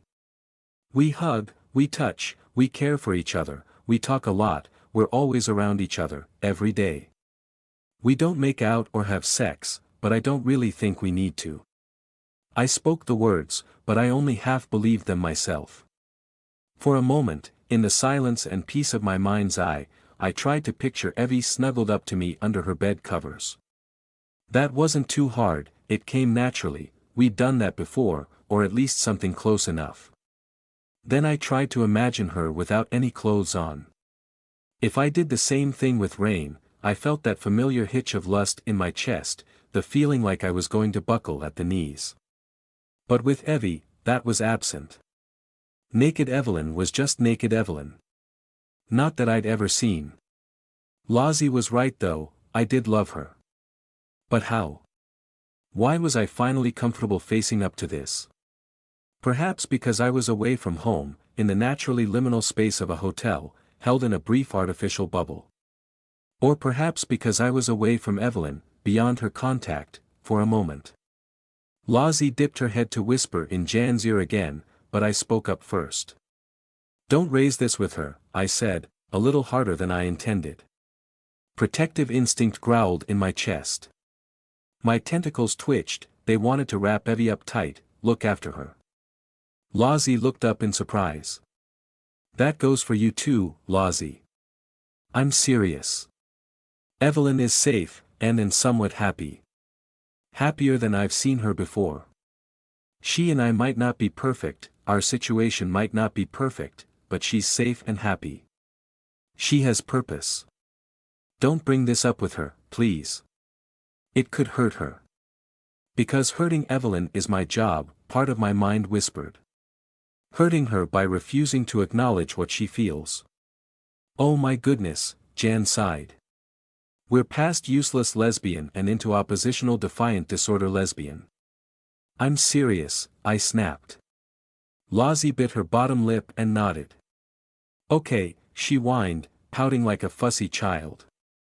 Look, Lozzie, I do love Evie, but it's not like that. Not every relationship has to be. My phone buzzed in my hand. Rain had sent me one of those creative text messages she sometimes composed, a picture made out of text symbols. She'd crafted an image of two figures sitting on a magic carpet, flying through the air, complete with little wisps of cloud and passing birds. The girl in front had long hair and a striped poncho, though the text couldn't manage colors. The girl in the rear had a hoodie in tentacles. My heart felt like it was growing too large for the inside of my chest. I am sorry, Lozzie, I said to the phone screen, unable to make eye contact. I know you just want us to be happy. I sniffed, felt tears. But I can't. Evie doesn't even know what she wants either. And it would be asking her to share. I can't. I can't. Do you two want some food? Jan asked. Her changing of the subject was so obvious that even Twill would have picked up the hint. I'm starving, I could go for a mid-afternoon snack. Goodness, actually, it's almost dinner time. This place doesn't really have room service, but they have a bar. Oh, went Lozzie. I hardly think it's the time for alcohol, I said, scrubbing my face, sniffing back tears that had not quite started. Maybe not for you, Jan said with a little wink. But if we're going to sit down and talk shop, I want some fortification. If we want something more substantial, I could call July, send her out to get us a proper meal from one of the places around here. What do you say, Heather? She scooted off the bed and hopped to her feet, little black socks sinking into the carpet, then crossed to the desk. Her pentacollar dressing gown billowed out behind her like an exotic species of jellyfish. She found her phone in her pink tote bag, neat and pink like so many other things she owned, but it was old, a flip phone. She flipped it open. We're going to talk magic and bodies, aren't we? I think we both need some calories in us for that. I'm going to call July. She cracked a subtle, cheeky smile. It's so good having a personal delivery service. What else are demons good for, We got Chinese food in the end, after very little debate. Real Chinese food, from a place which was apparently called the Chunky Little Dragon, a name so atrocious that I never would have imagined it was anything except a terrible gimmick. But Jan's experience proved her right. I never saw the place, because she sent July to fetch the food with a phone call, straight from her dip in the pool, without us. Jan paid. I called Rain while we waited for July to return, just to reassure her that everything was fine and there was no emergency unfolding. Hey, Heather, relax, Rain laughed down the phone. I couldn't tell if she was genuinely comfortable with this, or if she'd grown more skilled at hiding her worries. You've gone out with Lozzie for the afternoon, that's all. It's cool, I get it. Hell, there's no better safety line than Lozzie, right? Can't promise she won't come to join you though, I can't do anything about that. Oh, please do try to stop her, I said. I don't think I could deal with that right now. Rain laughed again. No promises. Say hi to Jan for me. And Heather. Her voice dropped, suddenly serious. Good luck. Love you. Love you too. Rain probably had a pretty good idea what we were going to discuss. But not before food. July took long enough that I had ample time to recover from thinking about kissing Evie, but not so long that things grew awkward in the hotel room. She let herself in, unlocking the door and looming inside like a knife thrust from a blind angle. She was carrying a pair of thin plastic bags full of food, and made a stalking beeline to dump them on the little table as Jan hurried to scoop the fancy laptop out of the way. The bags clinked.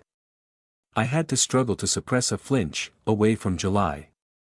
The demon host was much as I remembered her, tall and built like a runner, with the wide-eyed look of a predatory bird. Her every motion was a knife slash, so sharp I swear she didn't displace the air as she moved.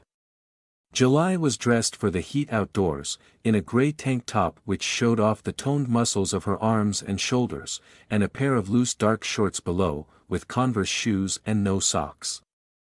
Her long black hair was loose, stretching almost to her backside, thick and dark and still damp from the pool. She carried a faint chemical smell of chlorine.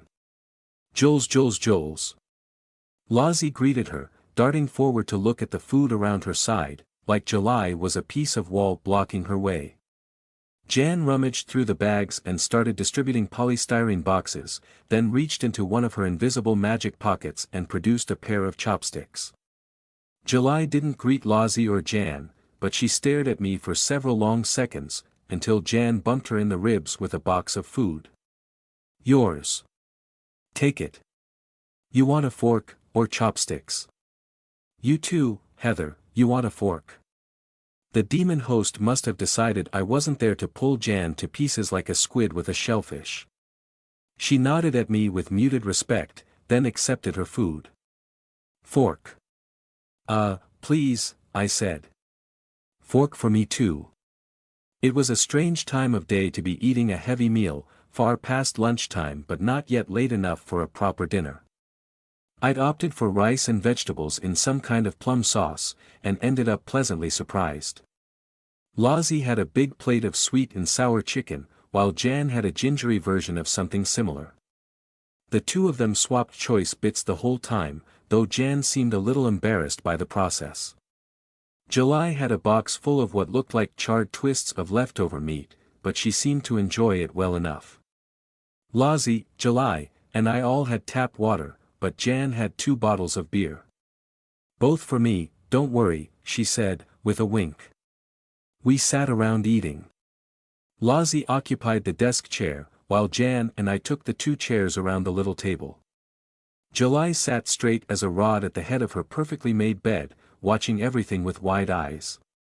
Lozzie got up and went over to her several times, offering her random bits of meat, which she accepted mechanically, like a very large and patient bird of prey. I tried not to watch her eat. As we ate, Jan wanted to nerd out over my tentacles, as Rain might put it. "May I touch?" she asked, hand paused politely in the air over the table. She'd had me lay one of the gently strobing pale limbs across the plywood between us, so she could peer at the colors.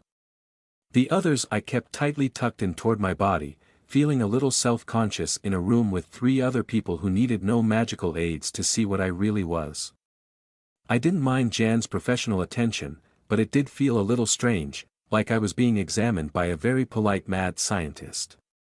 When I didn't answer for a moment, Jan cleared her throat and pulled a delicate grimace. She placed her chopsticks down for a moment. "Pardon me, they're not erogenous or anything, are they? I'm not asking to touch a sex organ here, am I?" Lozzie giggled, but Jan shot her a tiny frown. She was being genuinely respectful, or trying to. "No," I said with a sigh, poking at my own food, all self-conscious now. "Well, I mean, I could probably modify them to be, but no, I've never tried that. You can touch if you like. It should be safe at the moment." Jan paused again. "Safe? I can put contact toxins in the skin," I explained across our pair of half-empty fast food boxes. "Paralytics, neurotoxins, the kinds of things you might find in a pufferfish or a poison dart frog." Jan's eyes widened. I blushed and felt horribly awkward. "It's something I can do when I'm in trouble. The toxins aren't always there, they're remetabolized into other compounds. I think it's perfectly safe at the moment." "And how did you learn to do that?" she asked. I'd misread Jan's expression. She wasn't afraid. She was fascinated. She was watching me with naked fascination, though it was nothing like the hunger for knowledge that used to creep onto Evelyn's face, back in the early days of my brain math experiments. It wasn't religious awe either, which was such a relief that I could have hugged her. It was admiration. "Instinct, mostly," I said. "I did some reading up on biology, only a little, just textbooks from the university library. That may have helped, but it's mostly just innate gut feeling." Jan couldn't help but laugh softly, amazed. She fortified herself with a swig of beer, then finally touched my tentacle. She blinked in surprise as she ran her hand down the length that lay across the table. Her doll-like joints showed faintly at her knuckles and wrist, as almost invisible artificial lines in her own crafted flesh. Neither of us was fully human. Part of me liked that. Part of me liked sharing this with her, specifically. "It's smooth," she said with a soft little laugh. "I didn't expect that either. Like you'd be akin to a shark or something, all rough and rasping. I can make it non-smooth. Barbs, spikes, even those little rotating hooks that colossal squids have. Though I don't know if I got those right, I was mostly working off knowledge from YouTube videos and Wikipedia." Jan stared at my face again. She blinked once, hard, then drained more of her beer. "Heather, don't take this the wrong way, but I've never seen anything quite like you before. You're clearly human, there's just more of you." The unspoken question was a thorn in my throat. But Jan didn't inhabit her original body, either. Maybe she would understand. "It's very hard to explain exactly what happened to me," I said. "I went somewhere else. Not outside, but I can't explain it, even now. Human language can't do it. I went to the place that all the bubbles of reality are floating in. Somewhere more real than reality. My physical body stayed here. And out there I was different. I was a different kind of being altogether. I was more perfect, faster, elegant. Unburdened. I was more, just more." I closed my eyes. Had to swallow hard. The abyss always lurked at the edge of my consciousness, a constant flavor to my thoughts and memories, a lost perfection and beauty that haunted me every waking hour, every day, forever. Sometimes I would wake in the night from a dream of slipping through ice-cold waters in the endless dark, sharp and quick and clever. Baths were risky, always a temptation to float beneath the surface, submerged in water and memory alike. Sometimes I would cry, afterward. I was anchored now, by rain and zheng and all my other worldly attachments. In an emergency I did not doubt that I could swim to the edge of the abyss, the lip of that metaphorical marine trench where I could perform hyperdimensional mathematics on the substrate of reality itself, rather than my own brain. Such a feat would be doable now, without the risk of sinking. But the abyss in my blood and marrow called to the space between the spheres. Always, I would want to return. On the canvas of my own eyelids, I tried to feel that perfection, but I couldn't. The others seemed to sense I was having a moment. Jan awkwardly patted my tentacle. A foot snuck up out of nowhere Lozzie's and rubbed against my own. I opened my eyes, blinking as if thrust into the light, back into the world of solid objects and warm flesh and strong smells. For just a second I felt horrible, rotten inside, a sloshing bag of meat and fluid. I shivered, but I forced myself to take a big mouthful of rice and vegetables, chewing and swallowing. Taste anchored me back in my body, firmly here again. Jan cleared her throat. "If you need to stop." I shook my head. When I came back, my own body seemed completely wrong. Disgusting. Like I was never meant to be a bipedal ape at all, and certainly not here. I blew out a shuddering breath. So I started to modify myself. That helped a lot, over time. I still feel it, this lingering wrongness in the back of my head, in the shape of my own body, but only sometimes, and nowhere near as bad as it used to be. The tentacles, they're not an alien affectation or a solution to a physical problem or a cool experiment, or anything like that. They're part of my body, they feel right to have. And I risked a lot to make them, too. I bruised myself very badly. When I first started making them. I did internal damage to myself, tore muscles, risked internal bleeding. And all of it was worth doing. I would risk it again. My voice had grown thick with emotion. Jan nodded, genuinely fascinated. "Thank you," she said. "For sharing. Lozzie leaned over so she could pat my head. Jan took a thoughtful drag from her beer. I sniffed hard, then laughed without much humor. If you think the tentacles are impressive, I said, then you should see me when I'm ready for a fight, though I have no idea what to do. I can modify practically my whole body, though it's very risky to do so in normal reality, I think. Jan blinked at me several times. Lozzie nodded enthusiastically and said, It's true. I've seen it. Spiky spooky armored heather. Well, Jan said. Well. She gently squeezed my tentacle, just enough to gauge the weight of muscle. How did you solve the energy problem? The energy problem? I'm sorry. Not to mention the processing power to control it all. Jan smiled, took a bite of her food, and chewed thoughtfully. I could tell she was trying to find solid ground, to make a personal connection to what I'd just told her. Perhaps it was genuine, or perhaps it was the instincts of the con artist in her. She lifted her right hand and showed me the back of her palm. Back when I first designed this body, I tried to do something analogous. Well, a little bit. I didn't try for tentacles, but I wanted to do something with more arms. 2 hearts. Thicker skin. A beak. I had a plan for larger joints, to give my own muscles more leverage. But as you can see. She gestured wider with both hands, spreading out her fancy dressing gown too, showing off her petite form beneath lilac t-shirt and pink shorts. I went for something more compact. Comfy and easy to wear.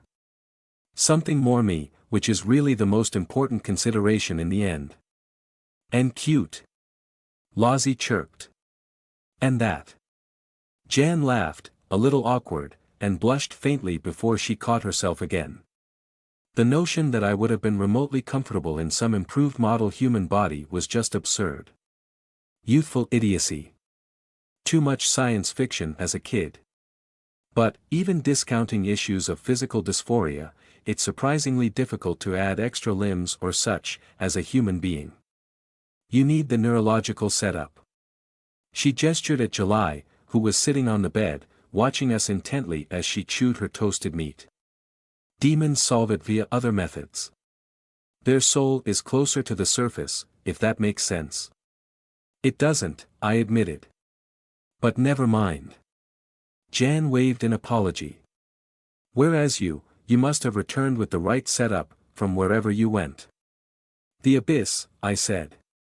That's what I call it. Jan winced in slow motion. Lovely. I mirrored her wince. Truth be told, there's a strong possibility that the abyss was just a catalyst. I may have been this way from much earlier, though it's very hard to explain why. My time in the abyss may have simply woken me up to my own nature, so to speak. I pulled an awkward smile. I didn't feel like going into detail about my theory right then, my theory that the eye had changed me, a decade before I'd plunged into the abyss. Jan didn't need to know that part, it would scare her even worse, and it only raised further questions. Oh, absolutely, she said. I understand that, totally. Still, my question stands. You must be ravenous all the time, unless you've got a power plant, she trailed off, staring at me. Ah. Reactor, yes. You said it earlier. I forced an awkward little laugh and patted my lower abdomen. Bioreactor. I don't really understand how I made it. It runs on abyssal logic, abyssal physics and biology, but translated into human flesh. You're right though, I had appetite problems before I made the reactor, to put it lightly. Jan blew out a long breath, then tried another smile, then took another hearty bite of rice and meat from her takeaway meal. I could practically see the slow transition from fascination and terror to oh well, none of my business.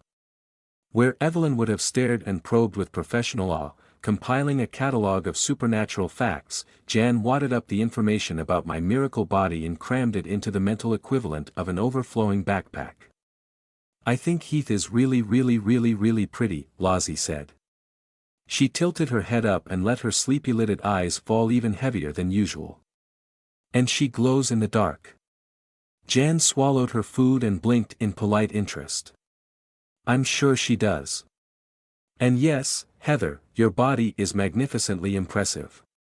I hope you don't take my questions as anything except admiration. Thank you, yes, I suppose it probably is. Though it doesn't feel that way. It's also bloody scary. Jan's smile turned stiff and forced, on purpose. I hope you understand why I'm being so forward about this. About needing to understand your body? Because of my twin sister, I said. Jan nodded, slow and serious. Because of your twin sister. I took a deep breath and steadied myself. Jan watched me across the table and the two half-eaten boxes of food. In that moment she seemed both old and young at the same time, delicate in two different directions. She was serious in the way only a serious young girl can be, but overflowing with the experience of age.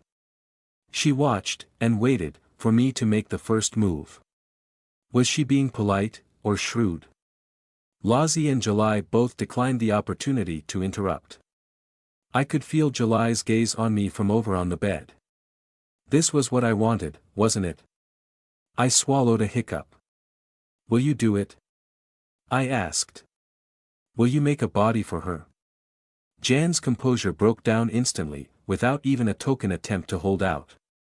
Her entire self-image just slumped and sloughed off. She puffed out a huge sigh and almost rolled her eyes, sagging a little in her chair. Payment has been agreed on, so I suppose I'm duty-bound to attempt it, at least. But I really do not like the idea. Why? I asked. Not that I'm trying to make things better, I mean, I will, if I can. But mostly I need to understand. I need to understand the challenge here. Please. I need to know. Jan held my gaze for a moment with a sort of tilted non-smile on her face, then sighed and nodded. She took another big bite of greasy chicken and leaned back, adjusting the folds of her pink and blue dressing gown and crossing one delicate leg over the other. The dull joint of her knee was fully exposed, as if she was intentionally showing it off. On one hand there is a technical problem, she said, slipping into the practiced tones of a used car salesman. I refrained from frowning. She was probably trying her best to take this seriously. Or rather, several intertwined technical problems. On the other hand there is a philosophical problem. Let's start with the technical problem. Jan snorted a tiny laugh that wasn't part of the sales pitch. I should charge a consultation fee. I'll pay it. I'm serious. Jan winced and raised a hand. No, please. Don't. That was a joke. She took a moment, then slowly looked me up and down. Your twin's body would be based on you, correct? Identical twins. I think I asked you that before, but remind me. We were identical, yes. Are identical. Were. Jan asked, sharper than I expected. When? 10-11 years ago, almost. A lump grew in my throat. That's when she was kidnapped. Oh. I blinked. I suppose not. Unless she kept her body, out in. Would she have squid tentacles by now as well? Jan asked. Or something else? Probably not. It's not the same situation. Well, it might be, but that's complicated. Complicated? Jan prompted. When I looked at her blankly, she sighed and smiled, dropping the sharp edges and the sharp tongue. Making a body like mine is not simply a matter of buying a life-size doll from Amazon and then hopping over to it. I'm aware that's how Evelyn made Preem, which is a fascinating subject, by the way, genuine achievement, but demons and humans don't work the same. Demons can anchor themselves in almost anything, because they're coming into this world without any pre-existing structures of the soul. For a human being, the process of crafting a body is also the process of inhabitation. I pulled a skeptical pout. I don't think it was too different for Preem. Where she is now, that's torture, I said. I stared into Jan's crystal blue eyes. She was deadly serious, but so was I. I've spoken to her, down in the abyss. I found a crack in the wall. That's a metaphor, but it's the only words I have for it. And she's suffering. She wants out. If she stays there much longer, if I don't rescue her, and soon, then she'll cease to exist. There will be nothing left of her. Jan frowned harder and harder, uncomfortable with all of this. She begged me, I said. And I will bring her back here, with or without a body ready for her. So if you don't help me, then I'll do it myself. Jan held my gaze for a moment, then puffed out a big sigh and nodded. All right. Fair enough. Lozzie set her food down on the desk and bounced out of her seat, so she could skip over and give me a hug. I was shaking, and Lozzie stayed there until I stopped. Then she let go and fluttered away to hug Jan as well. Jan cleared her throat with incredible awkwardness and returned the hug with one arm. If you do make a body for her, I said, it would be a backup option, or perhaps a kind of foundation for what I'm going to try to do. Jan had to poke her head around Lozzie's poncho. Explain. I bit my lip, wondering how much I should tell her. Too much about the eye might send poor Jan screaming for the hills. My sister, Maisie, she's trapped by an entity. We call it the eye. Wonderful. Jan muttered. Several months ago, I freed somebody else from the eye. Jan's eyebrows shot up. Oh. Oh, well, that's good. And here I was sort of taking you as a heroic type. No scouting, no prototypes. So you've actually done this once before, you've made it work. Sort of. The person I saved, she'd only been in the eye's grip for a few hours. I brought her back and rewove her body, but I think I could only do that because she still existed, sort of. I was just following the lines already imprinted on reality. Like a coloring book, but a human being. Jan looked more and more concerned as I explained. Lozzie patted her head, slowly fluffing up her already messy black hair. And she didn't come back healthy, I said. She was a mage, before. She'll never do magic again. She suffers from terrible post-traumatic stress disorder and a laundry list of physical issues, some of which I've been trying to fix. But Maisie's been gone much, much longer. I don't think there's going to be a body to recreate. But if I have a vessel to put her in, maybe that will give me something to work with. If we can make it her. Somehow. Jan nodded, lips pursed, brow furrowed. That might actually work. That might actually solve the technical problem. Oh. Jan waved a hand. Lozzie leaned over her chair from behind, draped over Jan's shoulders. I got rather off track earlier, Jan said. The process of creation is the process of inhabitation, that's the important part. That's why it's so difficult to create a body for another person. She hunched in her chair, looking mightily uncomfortable for a moment, and looked over her shoulder at Lozzie, self-conscious but steeling herself for some vital task. Lozzie booped her on the nose with a fingertip, which made Jan blush and clear her throat and look back to me. She finally carried on. When I made this body for myself, I didn't craft it and get it all nice and finished, and then leap into it once it was ready. Well, actually I did, but I wasn't supposed to. She huffed.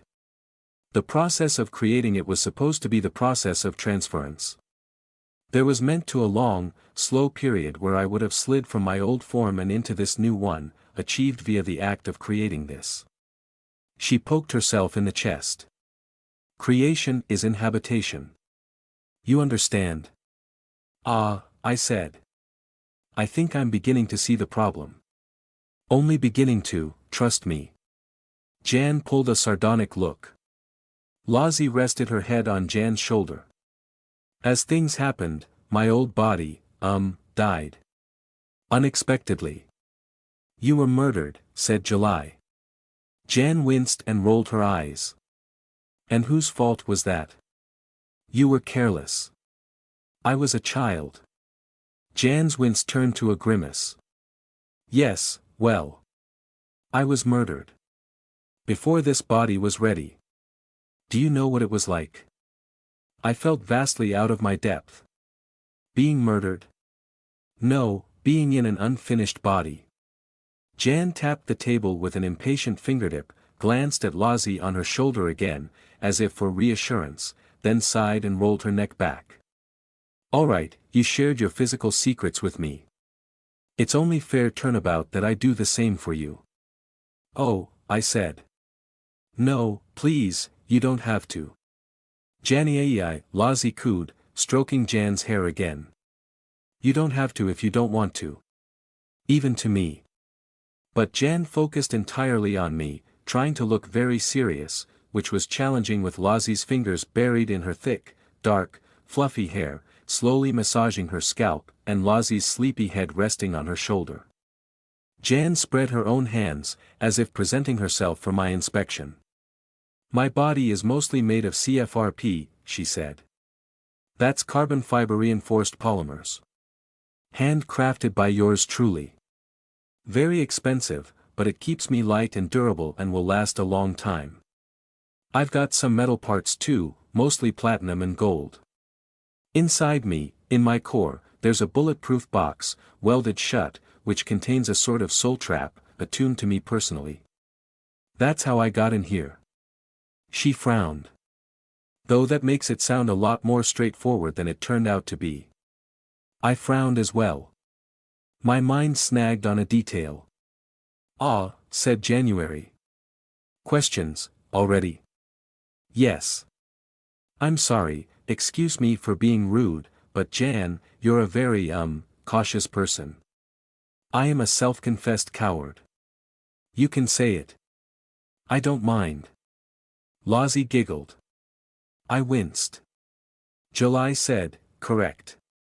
But why? I asked. If your soul is contained in a bulletproof box, then. I bleed, Jan answered. I bleed, I bruise, my bones will break. I breathe, I eat, I sleep, I shit. And if you shoot me in the head, the bullet will pulp my brains, and I will die. Lozzie made a pouty noise. I frowned harder. But you're made of carbon fiber. No, this body started as carbon fiber. Big difference. I've quite settled in by now. You've literally worked with spirit flesh, you've got 6 limbs of it attached to your sides. You don't understand this principle. A light bulb went on inside my head. Like Preem. The core of Preem's body was made of wood, while her exterior was formed from a kind of pneumosomatic flesh, similar to my tentacles and other abyssal additions, except hers was both solid and visible to normal sight, kind of like Twill's werewolf transformation. But once, months ago now, I'd seen Preem's wooden core itself, stripped naked of her flesh. Back when the I cult had kidnapped Rain, they'd managed to pull Preem out of her body. They had trapped her soul inside a jar. I didn't have the best memories of that day, I'd been rather preoccupied with saving lives. But I did recall the sight of Preem's wooden doll core, covered in anchor spikes and the web-like structures of a nervous system, her wooden joints augmented with sheaths of strange sinew-like material. The head of the doll Preem's skull was covered in warped wood grain, the underlying structure of her face. Or her brain. Excuse me? Jan asked. Just something I saw once, I said. But I think I understand. Being present in a body, even if that body isn't flesh, modifies it over time, yes? Jan nodded. Exactly. The soul knows its own shape. I nodded with growing enthusiasm. I almost laughed. That's how it feels. Old-school mind-body duality is nonsense. We're taught that the mind or soul is the self, and the body is merely a vessel. But this is not true. People like you and I are proof of that. Jan pointed at my tentacles. I felt a rush of warm fuzzy feeling in my chest, and hugged one of my extra limbs to myself. Jan carried on. The soul remembers its own shape. And it will go to great lengths to reshape the body. Jan raised her fingers and wiggled them in the air. I wasn't sure if she was showing off her semi-visible doll joints, or the sheer fact that she was. My core is carbon fiber and metal, but I'm wrapped in pneumosomatic flesh, manifested by sheer force of will and self-image and the engine of my soul. For somebody like me, the soul shapes the body. That's how this works. So you have a functioning digestive system, circulation, a heart, and so on. Mostly. Jan sighed. It's not a one-for-one for a normal, human body, but it does all the things I need it to do, the things my mind says it should do. I can't go to the doctor, obviously. I'd look like a nightmare under an X-ray machine and an MRI would pull me to pieces. And I probably can't get pregnant, though I've never tested that. Lozzie lit up, wide-eyed, biting her lips to stop a giggle. Jan cleared her throat. Then, Maisie could have a real body. I don't recall the taste of food very well, but I think I want to eat. Maisie's words echoed in my memory. I had to blink hard, several times, so as to stop the tears before they had a chance to begin. I didn't need to cry anymore. This was what I needed. I was taking a concrete step to prepare for our success, to be ready for the moment we won my sister back from the eye. It was going to work. Doing this, planning with Jan, this was far more convincing than any amount of reassurance. Eventually, Jan said hard and sharp, unexpected. Ah. When I was cut down, Jan said, shooting a sideways glance at July, I had to enter this new body prematurely. The soul works, yes, but my goodness does it work slowly. I spent 2 weeks on my back before I could move. A month with no senses, blind and deaf and mute. Even touch didn't work properly. Have you ever been in a sensory deprivation tank? No. Well, after a while you start to go a little bit crazy. I didn't have a face for 6 months. I put a hand to my mouth, mortified. Oh. Oh, I've been so flippant. I'm so sorry, January. Janny, Lozzie buzzed, resting her cheek in Jan's hair. Jan went a little stiff, but smiled all the same. Do you see why I'm reluctant to design a body for somebody else? I do, yes. But it's going to be a foundation, a base, a platform for you to wrap in flesh, yes. Jan nodded. That's why I think this might actually work. Depending on what's become of your sister. She may have changed, out there, changed to survive. Evie always says that nothing human can survive out there, not for long. Lozzie stood up straight and wiggled her eyebrows. Hello. Except Lozzie, I said with a small laugh. Jan pulled a comedy grimace and shrugged. Humans can get used to anything, you know. Given enough time. I wonder if there's people, I mean human people, living out there somewhere. Not in that dimension where you kept all your giant caterpillars and Knights of the Round Table. Camelot. Lozzie announced. July agreed. Camelot, she said. Good name. Jan cringed at that. She didn't approve. Camelot, yes. Not in that dimension, but elsewhere, further out. There must be human beings out there, if people have been visiting it before you lot. I half shrugged. I met one human, outside. Jan's eyes lit up. Oh. Well, a mage. I think that still counts. She lives in a giant ball, I'm not sure she can leave it, kind of like a snail. Actually, I'm pretty sure the giant ball prints her body every time she opens the shell to interact with people. Oh, Jan said, a mask of sudden frozen politeness. Well then. I smiled awkwardly. She probably would have been happier not knowing about Saldies. She had magical pet rats, though. But I don't think they were really rats. Long story. Sorry.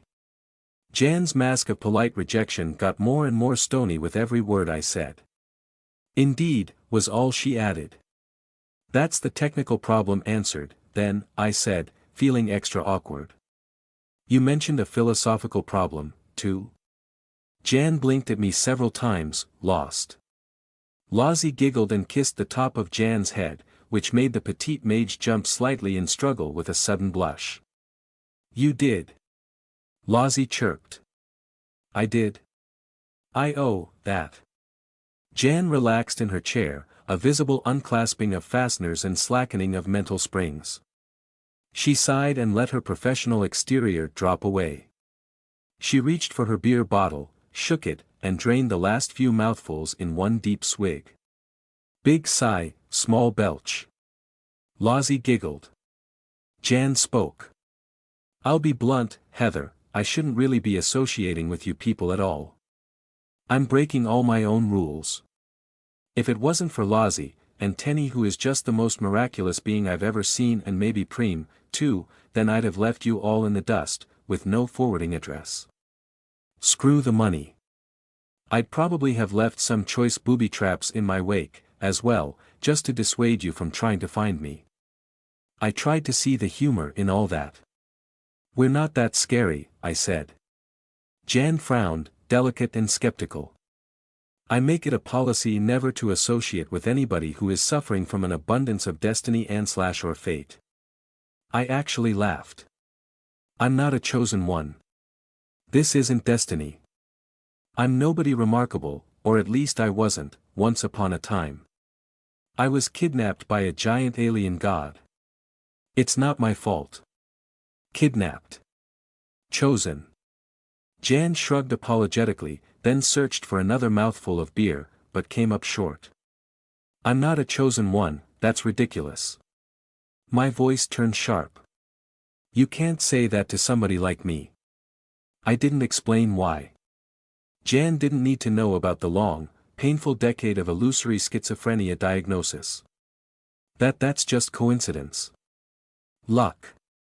There's not many mages, after all. Yes, Jan sighed. We're drawn to each other, inevitably. Regardless, it doesn't matter if this is the work of divine providence or the action of random atoms, you are still a very dangerous person to know, Heather Morel. I opened my mouth to argue, but found that I couldn't. You're planning to raid a god's dungeon for the life of your twin sister. That is the stuff legends are made of, and I have had enough of that, thank you very much. I almost missed it, but Jan glanced sidelong at the guitar case leaning against the wall, the one that contained the magic sword which she and July had declined to explain further. July, on the other hand, looked almost unimpressed by this statement. Legends are cool. Lozzie chirped. Jan raised her empty beer bottle in a lonely toast. To witness titanic events is always dangerous, usually painful, and often fatal. The words had an air of recitation about them. That sounded like a quote, I said. Who was that from? A very cautious being indeed, Jan answered. I should be running for the hills. I should be getting as far away from Sherrowford as possible. I should be on a flight to Tibet, days ago. But I'm here, agreeing to help you. Behind Jan, Lozzie stuck her tongue out between her teeth, mischievous and elfin. Over on the bed, July folded her arms, closed her eyes, and nodded. It seemed as if everybody in Jan's life was glad she wasn't running away. And I can't thank you enough, I said. Thank you, for agreeing to try, to make a body for Maisie. I mean it, Jan, thank you. Jan fixed me with a skeptical look. Yes, well. I'll have to negotiate an actual price for making the body. Materials, work hours. Like I said, I'm top of the line expensive.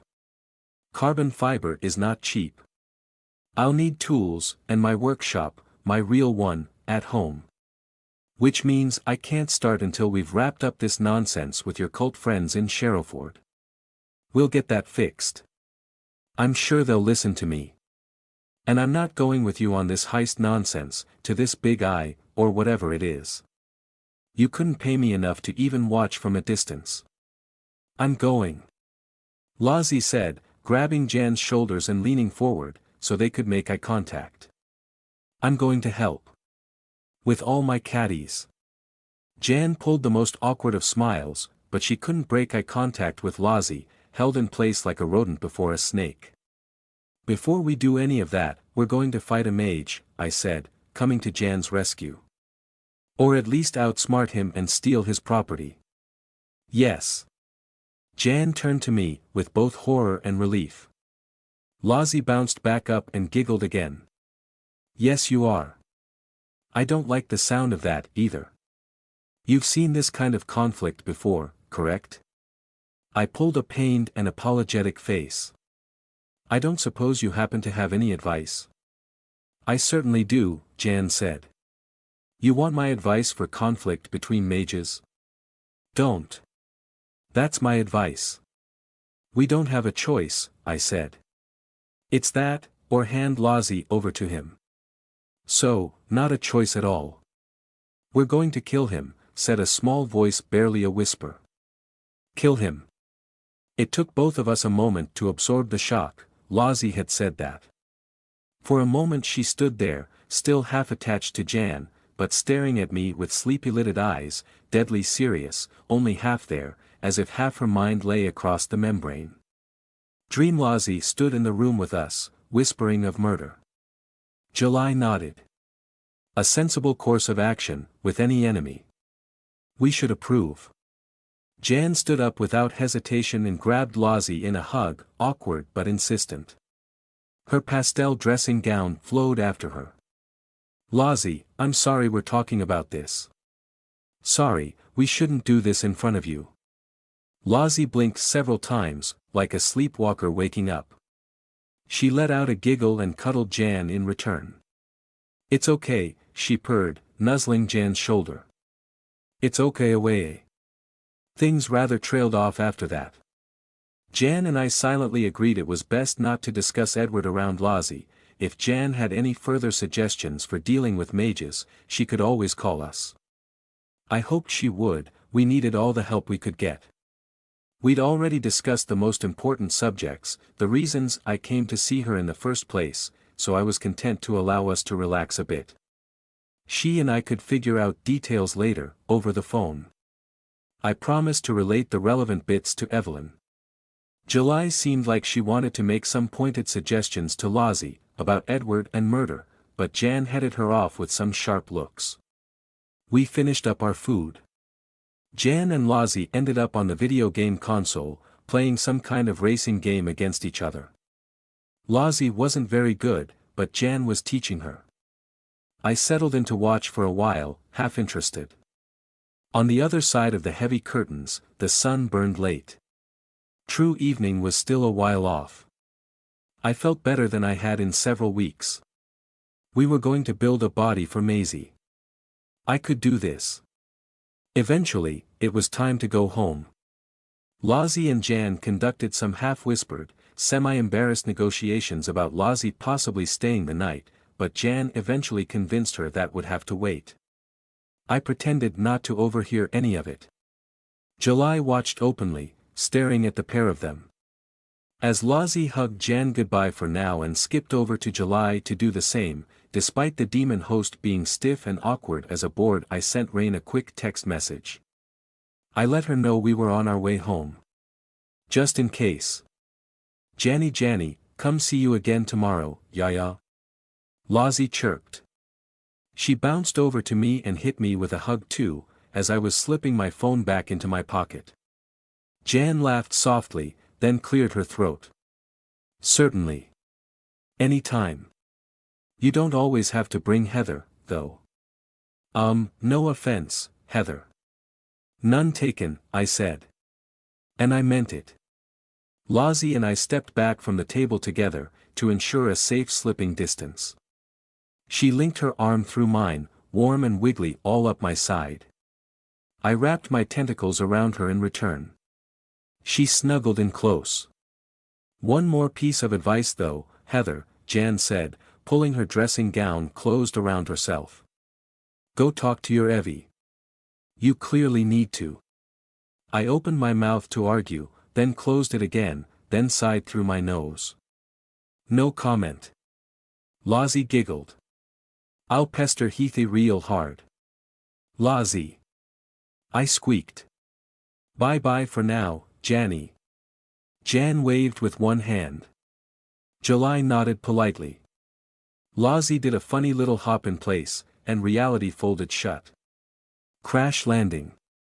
Like being clipped by a lorry at 90 miles an hour as we came out of the slip. My feet found carpet, but I couldn't stay standing, not this time. Pneumosomatic whiplash jarred my soul inside my flesh, slamming me up against the interior of my own body, compressing me into a winded, wheezing animal. Fell over, crumpled onto my side. Tentacles whipping out to fight off an imaginary foe, knocking over chairs, pulling at sofa cushions, toppling an end table, then clenching in tight when they found nobody to rip apart. I heaved and squeezed and held in the contents of my stomach with force of will alone. Jan's words gave me strength. I was the absolute master of my own body. Bioreactor running hot, even hotter than the first time. Skin coated with cold sweat, shivering with a flash fever, fighting off infection, invasion, violation. Lozzie. I croaked from the floor. Again. No reply. No Lozzie. Again. It was the smell that clued me in, before I opened my eyes. The room smelled of dust, old fabric, and unfamiliar cleaning agents. This was not home. I opened my eyes and scrubbed away the pain tears on my sleeve. This was no time for curling up in agony. I pushed with my tentacles, forced myself to my feet, legs shaking. Lozzie's slip had deposited me in a place I'd never seen before. A cramped sitting room, with a low ceiling, and white plaster walls. Faint cobwebs in the corners. 2 sofas, 1 chair, all upholstered in ghastly floral patterns. A massive television in one corner, old and unplugged from the wall. Wooden mantelpiece covered in horrible little porcelain figures of cherub-faced children. Unused brick fireplace. Glass coffee table. On the table was a folded sheet of paper, a note. 3 words. To Heather Morell. A folded note, lying on a glass coffee table, in a cramped, ugly, dusty little sitting room. I'd never seen this place before.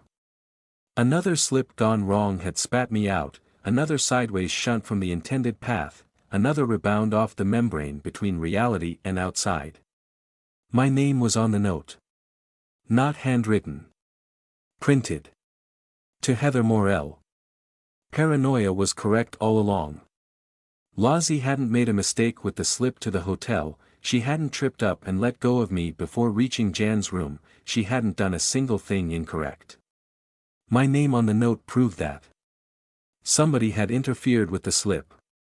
Somebody had plucked us apart from each other, with misdirection or brute force or unknowable magic. And that somebody didn't just want Lozzie. I'd been so concerned about the possibility of Edward kidnapping Lozzie, that I hadn't considered I might be the target. I stared at the letter on the little glass coffee table, my mind racing like an overheating engine. What was the purpose of that first interruption, when Lozzie and I had translocated to the hotel, and I'd appeared in the corridor? A test run? A proof of concept before the real thing? A mistake, an accidental tipping of my assailant's hand? A warning shot? Or had it been a misfire, a dud, a failure? Oh yes indeed, this was a failure, very much so. Whoever or whatever had done this to me plucked me away from my route home and deposited me in some unknown place, far from my friends, alone and off balance. They'd blown their chance. I'd already withstood the fear and the anxiety once today. I hadn't acknowledged it at the time, the lingering toxic beast of post-traumatic stress disorder, the flashback I'd suffered in that unassuming and tasteful hotel corridor. I'd relived a moment of that horrible experience of handcuffs and bare concrete, incredible threats, exhausted and caked in blood and afraid for my friends. I don't know a lot about neurochemistry and trauma. Maybe it was like a refractory period. Maybe I was just angry. Maybe the note on the table gave me clarity. This time, the trauma rolled off my back like a shower of lead weights, heavy but loose, crashing to the ground. I spread my tentacles out wide, vibrating with muscle tension, ready to grab and constrict and flush my flesh with toxins lethal to anything I might touch. I let my reactor run hot, dumping energy into my core, ready to power me through brain math at a flicker of thought. I even yanked my left sleeve up, to expose the fractal. I took a deep breath, and allowed abyssal instinct to fill my throat with a long, loud, furious hiss. That hiss must have carried through brick and plaster. If anybody was waiting to ambush me, I hoped that sound made them wet themselves. Truth be told, there weren't actually any good hiding places in the weird dusty little sitting room where I'd landed, but that's where abyssal instinct went first, checking corners for lurking predators, looking behind the ugly floral sofas for crouching people, and peering beneath the coffee table, just in case. My tentacles flickered out, searching for hidden packages, wires, magic circles, anything and everything that might be used as a trap. Nothing. Nobody there. Abyssal instinct retreated, gave me space to think. My bioreactor was still running hot, but easing down. If I had needed antibodies to fight off some kind of infection, then they'd done their work and denatured back into other compounds. If I'd been under attack, it was over. I was safe, for now, for a given value of safe. I ignored the letter for a moment. Where was I, really? The sitting room was cramped and oddly shaped, like it had been converted from something else. A long, low step ran across the middle of the floor, splitting the room into 2 levels. Beams in the ceiling, like a converted farm building. Was I at Twill's house? No, the air didn't smell right, not like Twill's home at all. I sniffed deep. Cleaning fluids and dust, like a holiday home that had never truly been lived in. Fake, unreal, a hollow shell of a house. The brick fireplace was conspicuously clean as well, scrubbed of any actual soot a long time ago, then left to gather dust. Every surface was covered in that dust, all except the note on the table. No pneumosomatic life. That could mean something, but I wasn't sure what. Was the building warded? A door stood in one corner of the room, thick naked wood with an absurd and ornate black iron handle, like it was cosplaying as a castle door. The light fixture in the ceiling lacked a bulb, leaving the room drenched in cave-like shadows. 2 windows high up on one side provided almost no light, as small and cramped as everything else. My legs felt like jelly as I crept over to the windows. I had to go up on tiptoes to peer outdoors, with my tentacles pushing the ground to give me another 2 inches of height. Chicken wire. Beyond the window glass, maybe 3 or 4 feet away, was a bare metal chicken wire fence. To the left and right I could see scaffolding poles, supporting the fence. The metal reached upward further than I could see, though I spotted a hint of thatched roof. The building was wrapped in a cage. How odd. An overgrown garden rambled in summer glory on the other side of the wire, too deep and too thick to see a wall or a fence. I spotted a rusty old swing seat, a few cracked lines of moss-eaten gray which might have been pathways, and a hint of another building past the bushes and long grass. A couple of very tall trees stood silent and unmoving under the baking sun, old and gnarled and wreathed in all their green finery. I couldn't see the sun itself from inside, but the light was hot and burning, and the shadows were long. Late afternoon. Was I still in England?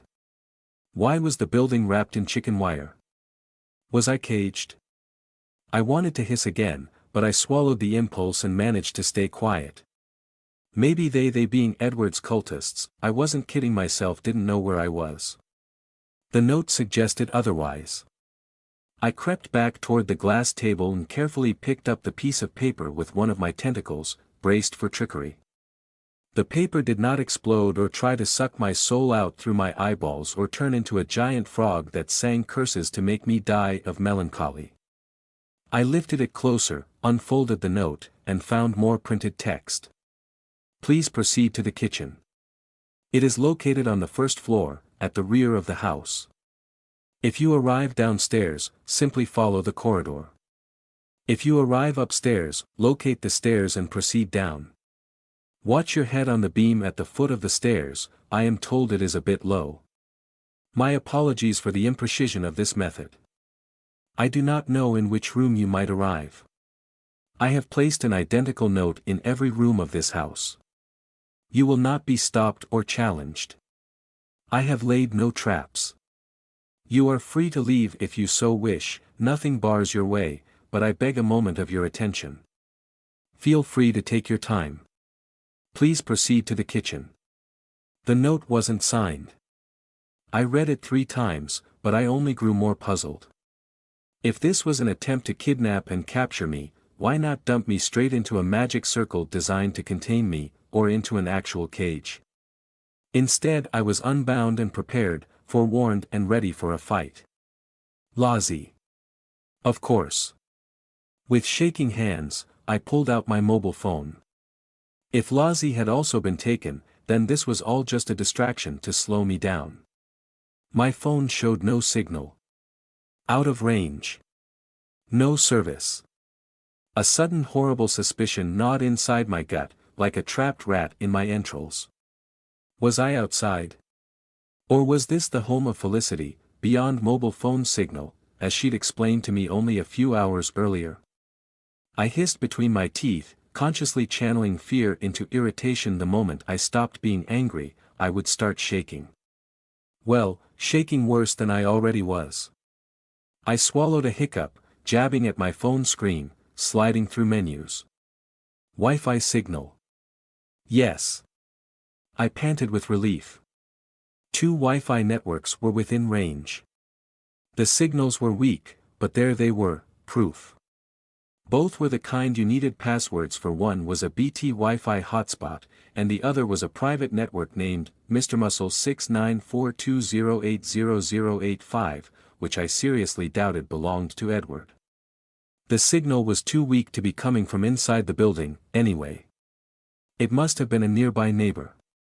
So, I was in reality, still in Britain somewhere, and not inside some kind of magical dead zone for hiding houses. Was this Edward's house?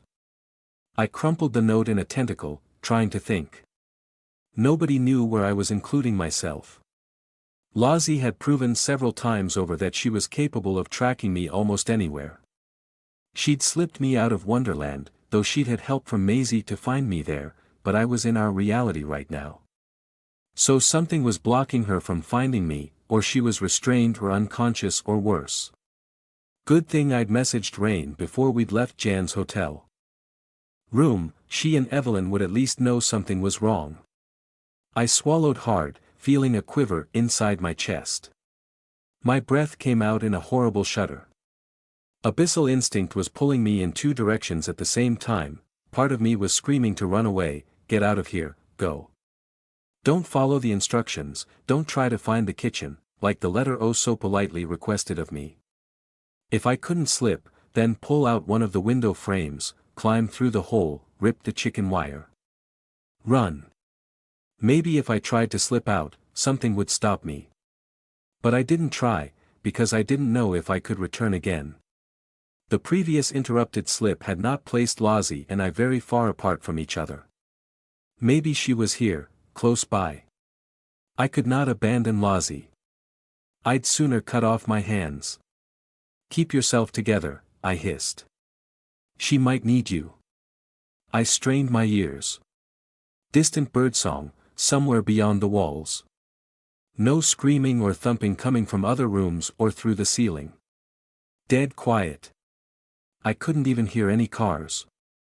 Not surprising if this place was totally beyond the range of any mobile towers. Move, I whispered. Come on, Heather. You've been in much worse places. Move, move. Move. I made for the big wooden door, padding softly across the carpet. The pretentious wrought iron handle turned easily. The hinges creaked, but only a little. Beyond the door was a short corridor, turning left and right at the end. Salmon-colored wallpaper, white tiles for the floor. Several unimaginative still-life pictures hung on the walls.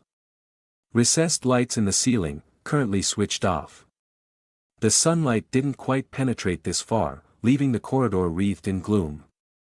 I crept out of the sitting room. My socks met cold tiles. I winced and curled up my toes. Should have worn some shoes. Nothing to make one feel vulnerable like exposed soles in a strange place, with only a thin layer of sock between oneself and the cold. I wished I'd brought my squid skull helmet. I had no idea what to do with my hands, except to keep the fractal exposed. I held it outward as I crept along. This house better not be absolute nonsense, I whispered. I am not dealing with another stupid maze. Either the house was suitably cowed by my simmering anger, or I'd gotten lucky. It was no maze, supernatural or otherwise. At the end of the corridor I found a front door to my left, and more corridor to my right. It snaked off into the house, but it didn't loop back on itself or vanish into the ground or turn upside down. Lozzie was not in the first room. I passed a laundry room of some kind, short and squat, smelling of sea and sand, nor in the second, a long formal dining room with a faux fancy table and a bunch of ornate chairs which probably cost a lot more than they were worth. The mysterious note-writer was true to their word. Identical notes lay waiting in each of the rooms, placed so as to catch the eye of even the most casual observer. I even found another note folded at the bottom of a flight of stairs. Carpeted stairs, leading up and around in a little spiral, cramped and awkward. Somebody really wanted me in that kitchen. Still no pneumosomatic life anywhere, not even any diminutive spirits scuttling out of my way or nesting in the corners. I passed a few windows, but saw nothing except overgrown garden and a hint of a gravel driveway. That chicken wire cage seemed to encase the whole house, 3 or 4 feet out from the walls. I spotted a couple of doors in the fence, also made of wire, leading outward. They weren't padlocked or bolted, just closed. This was far more spooky than the Scooby-Doo house which Ringwindla had summoned by accident. This was the real thing, empty and baffling. A possessed alpaca with bloody teeth would have been a relief. A lightning crash, a howling storm, anything. But there was only silence and that slow-burning, late-afternoon sunlight. I couldn't stand it. At the bottom of those stairs, I filled my lungs and flared my tentacles wide. Lozzie! I yelled at the top of my voice. Lozzie! My shout didn't even echo. The house was too small and twisty to catch my words and howl them back. I stayed very still for several seconds, waiting for a distant thump or muffled scream, or the slap of running feet, or the growl of an unseen watcher. But all I heard was distant birdsong under the pitiless sun.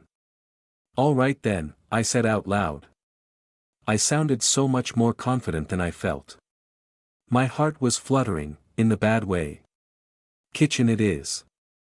I found the kitchen at the very end of the snaking corridor, next to a back door that led out into the garden, which was all peeling paint and half-glass, so I could see the overgrown lawn and wild flower beds as I approached. A pair of double doors stood wide open in the side of the corridor, inviting me into the kitchen of this strange and empty house. Not so empty after all, as I quickly discovered. The kitchen in this cramped old house was massive, by far the largest single room I had discovered. Sunlight fell through a bank of high windows, flooding across a wide floor of slate-colored tiles, sending questing fingers of afternoon glow up the stone countertops and over the old-school wooden cabinets.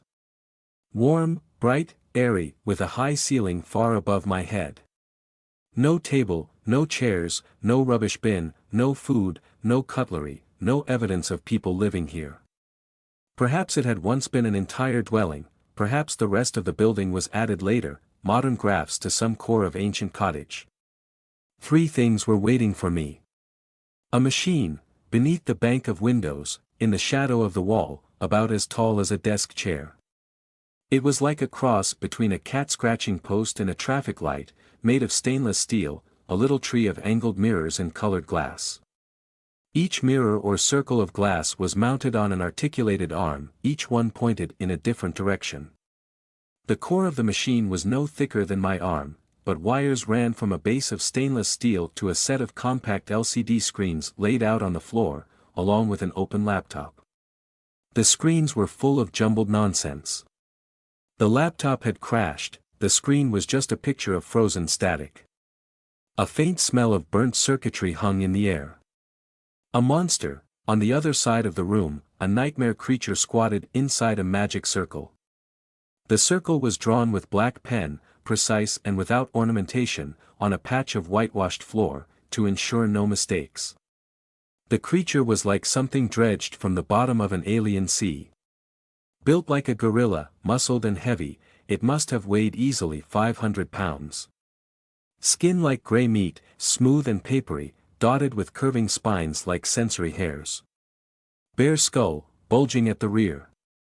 A massive jaw jutted forward, showing a double row of razor-sharp teeth, like an angler fish. 3 blunt fingers on each paw, each ending in a long ragged gray claw. Eyes as big as saucers, and no, that's not hyperbole, the thing had eyes about 6 inches across, and pure black, built for the ocean depths. It watched me as I stepped inside, expressionless and vacant as only something from a deep place can be. And a man. Edward Lilburn. I'd never gotten a chance to see Edward Lilburn up close the previous 2 times I'd encountered him face to face. The first was in that deserted underground car park where we'd chased Maisie's messenger demon. Edward had been little more than a lumpy figure half glimpsed by torchlight, amid the dripping concrete and mad panic of our first meeting with the Sherrowford cult. The second time had been during the peace conference at the pub, where he'd sent his lawyer to negotiate with us, while he'd hidden inside some kind of artificial recreation of one of his own magical underlings, remote piloting an artificial shell. I'd seen his face only briefly as the mask had melted away, a moment of recognition, but the man himself had not been present for us to kill or capture. But it was him. I had no doubt. Old, in his 70s or 80s, and not at all well preserved. His face was pale and bloodless, craggy and liver-spotted like a landscape worked over by too many frosts. He had thick, bushy gray eyebrows like dead caterpillars, a nose pocked like a moonscape, and very thin lips. Stringy gray hair hung down either side of a pair of wireframe glasses, showing a huge bald area on top of his head. He wore a shapeless coat, a practical thing, a hiker's coat, dark brown and full of pockets.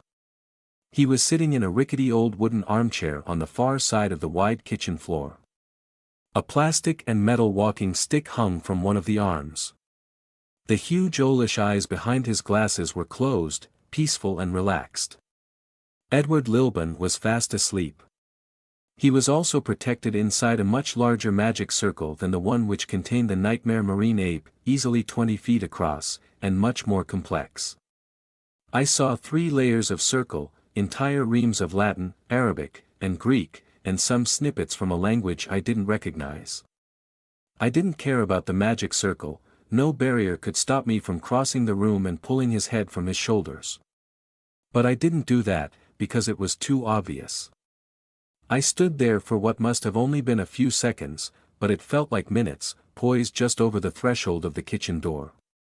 My tentacles strained, my heart hammered against my ribs, my head pounded with adrenaline. The ape thing watched me, but it didn't move. The machine by the wall was dead or malfunctioned, quiet and empty. Edward dozed on, thin chest rising and falling beneath coat and shirt. I spoke up. "What is this?" Edward's eyes blinked open, slowly and with some difficulty, fighting against the late afternoon sunlight pouring in through the windows. He raised a papery, liver-spotted hand to shade his face. Smacking. His lips, taking a deep breath, he drew himself up in the chair. The rickety old wood creaked beneath him, as if he weighed much more than suggested by his lean and sinewy body. Owlish eyes blinked. Bony hands adjusted wire glasses. He stared at me, unsurprised and unconcerned. "Were you taking a nap?" I couldn't think of anything else to say, or do, except cross the circle and disembowel him. But I wasn't an idiot. This was a trap. "This body is not the real me," he said, curt and quick but without great haste. "It's a remote-controlled vessel, similar to the one you saw previously." He had the voice of a 10-pack-a-day lifelong smoker, rough and reedy and raspy, all from his throat and nose. A Sherrowford accent, from back when England still had proper regional accents.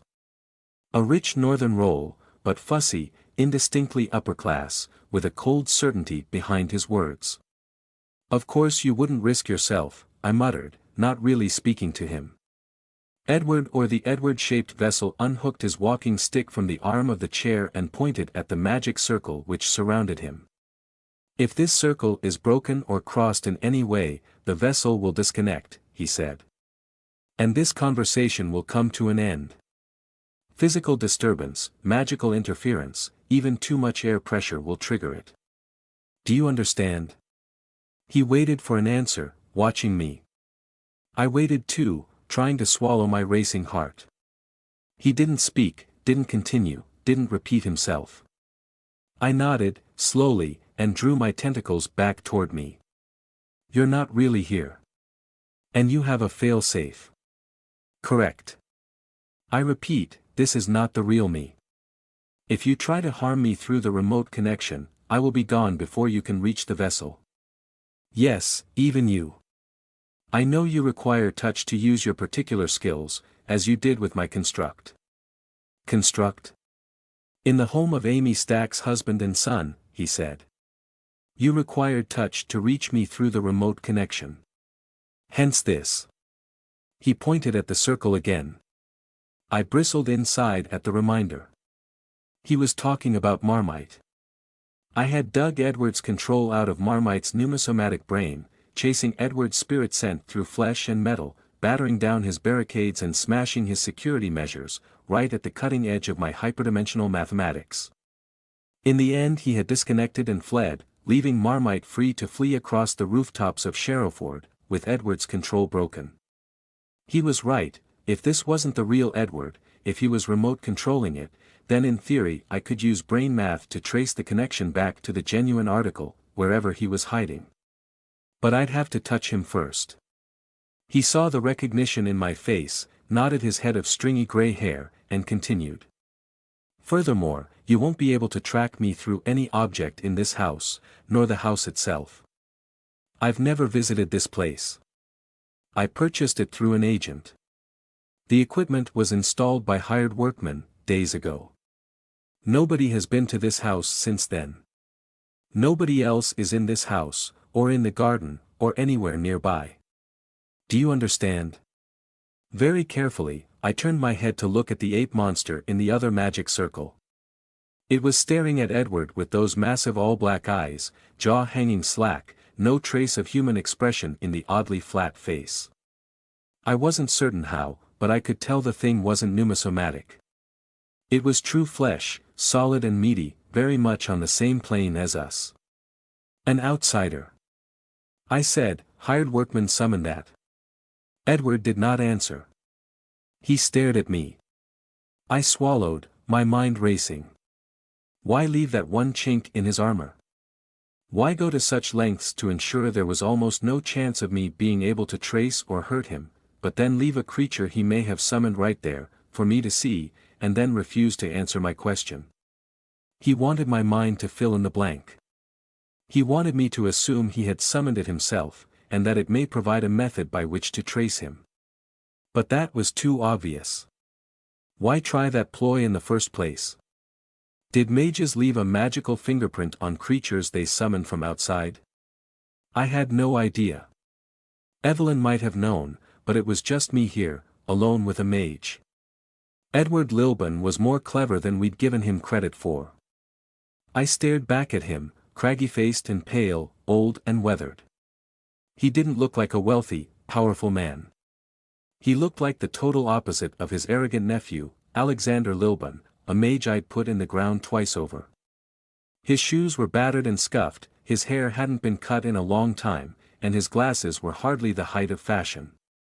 He wore that shapeless lumpy coat like it was his life.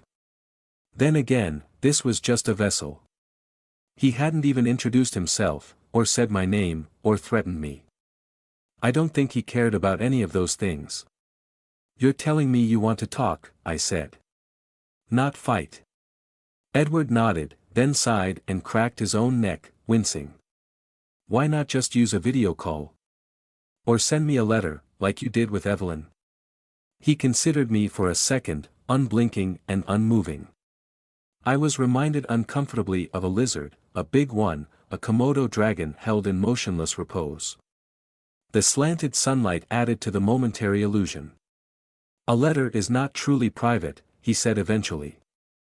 A papery tongue darted out to wet his lips. One cannot have a proper conversation via letters. It takes too much time to receive a reply. A video call is too dangerous, you could trace me.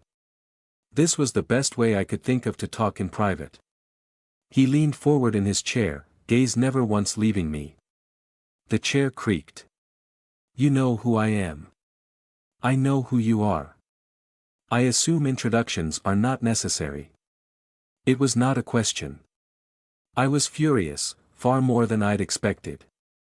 My tentacles quivered with barely suppressed violence, struggling with the urge to spring across the room and dash him out of his stupid chair.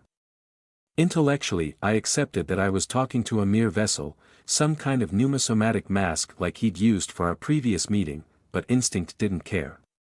Abyssal instinct and ape solidarity were in total agreement. This man threatened my pack, he had to die. He'd plucked me away from Lozzie. He might have Lozzie somewhere right now. Why talk? Kill him, reach in through his remote connection and shred him like mince.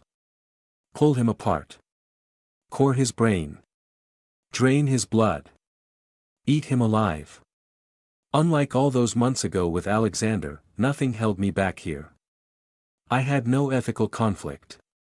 I simply didn't care. But he might be right. He might be too quick for me.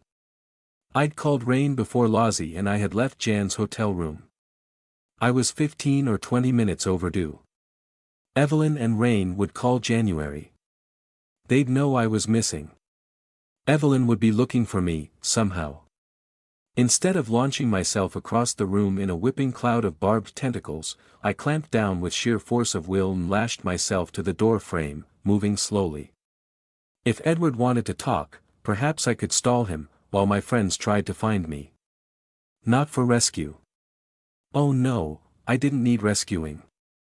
This was nothing like when I'd spoken with Alexander. I wasn't holding out for a savior. If Evelyn could find us, perhaps she could do more than just talk. Meanwhile, I bent my entire mind to the task at hand. I tried to still my racing heart and unclench the nervous fist in my gut. Listen. Observe. Look for a gap in his protections. Know your enemy. Evelyn would approve.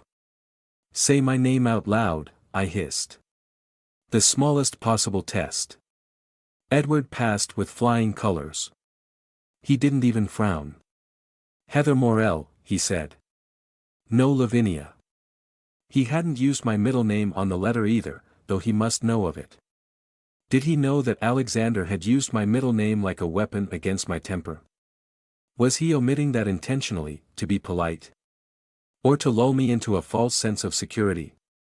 Well, not security.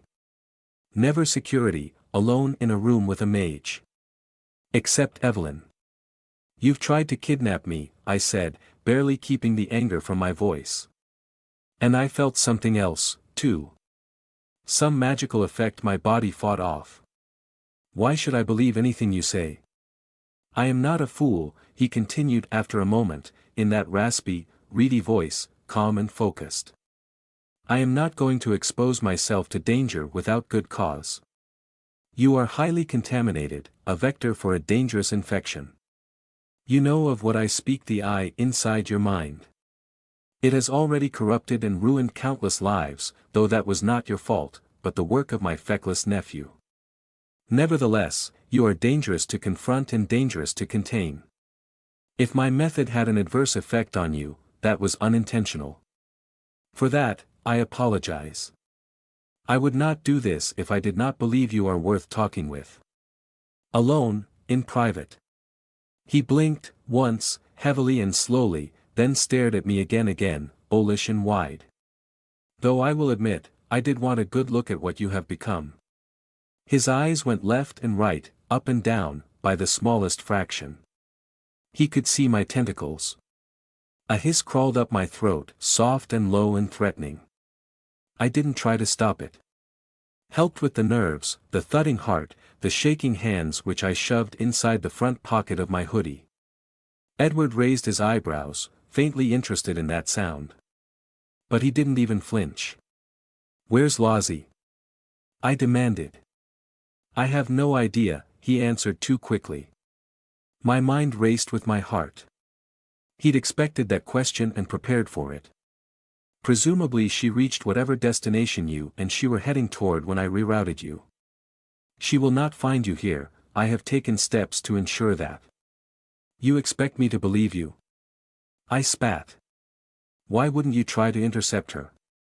"I cannot. She doesn't work like you do. I had the better part of a decade to study Lauren." "Lozzie," I hissed, long and loud. I reared up on my tentacles, straining toward him from the door frame, tentacles and teeth aching to rip him apart. The feeling was like a slug of hot alcohol down my throat. The killing urge was a heady rush pounding up through my body and into my head. I think he saw that. Edward stayed very, very still for several long seconds, until I eased down, panting and shaking. We stared at each other across the sun-draped kitchen flagstones. Scrape scrape, scrape scrape, went the claws of the huge marine ape outsider thing trapped inside her own circle. She was staring at me now instead of Edward. My hiss had attracted her attention. Her claws tapped and scraped at the flagstones, like a caged parrot. Her. Why did I know that? Abyssal instinct supplied the answer: scent, pheromones. This one was a female, though it hardly mattered. "Lozzie, then," Edward said. I flicked my attention back to him, feeling like a snake in the grass. I had the better part of a decade to study her. If I could pluck her from the transference stream, I would have no need to negotiate with you. He lifted his walking stick and pointed at the machine by the wall, the short tower of glass and mirrors hooked up to screens and a laptop, all broken now. My methods cannot be attuned to her, she avoids them by instinct. You interact with the interstitial space differently. You can be detected, like any other outside being moving from one side to the other. You can be rerouted. No doubt if you were doing it yourself, you would have sensed me and fought back. I had to wait until she was the one moving you, then select you alone. "You missed the first time," I said, almost growling with challenge. "Indeed." Edward finally glanced away, looking at his strange machine by the wall. "It is single use. Undoubtedly you have learned from this encounter. This method will not work again. We may talk like this only once, so do not end our conversation lightly." He was supplying so much information, giving so much away, letting me ask all the questions. How much of it was lies? Was Lozzie really back home? Or was she somewhere else, trapped and bound, and this was all a ploy to stall me? I couldn't read his expression, his dead eyes and papery skin, his disinterest and detachment. I decided not to believe a word of it. But I had to figure out as much as I could. "Where are we?" I asked. "Where is this?" "Devon," he answered instantly. "Devon?" I couldn't help my splutter of disbelief. "Devon?" I'd never been that far south. We must have been nearly 300 miles from Sherrowford, on the other side of the country. Inland. Near a seaside town by the name of Salcombe. It's not far, a few miles walk down the road. If you step outdoors and leave the Faraday cage that I have had constructed around this cottage, you may verify your location with your mobile phone. I stared at him in shock. Faraday cage? For blocking electricity, and signals. He'd thought of everything. Perhaps he read the surprise on my face, because he hurried to add, "But not yet. I do not want you to call your companions. If you leave the room, I will assume this conversation is over, and I will cut the connection to this vessel." What if I slip away? I raised my chin, burning inside with anger and defiance. I wanted to knock him out of his chair and scream in his face. Can you stop that? I'd like to see you try, because I don't think you have any idea what you're dealing with. Edward nodded once. You are free to leave, whenever you wish. I will assume the conversation has been terminated, and I will leave too. He stared me down, daring me to go. Was I being tested by this ancient, blood-soaked mage?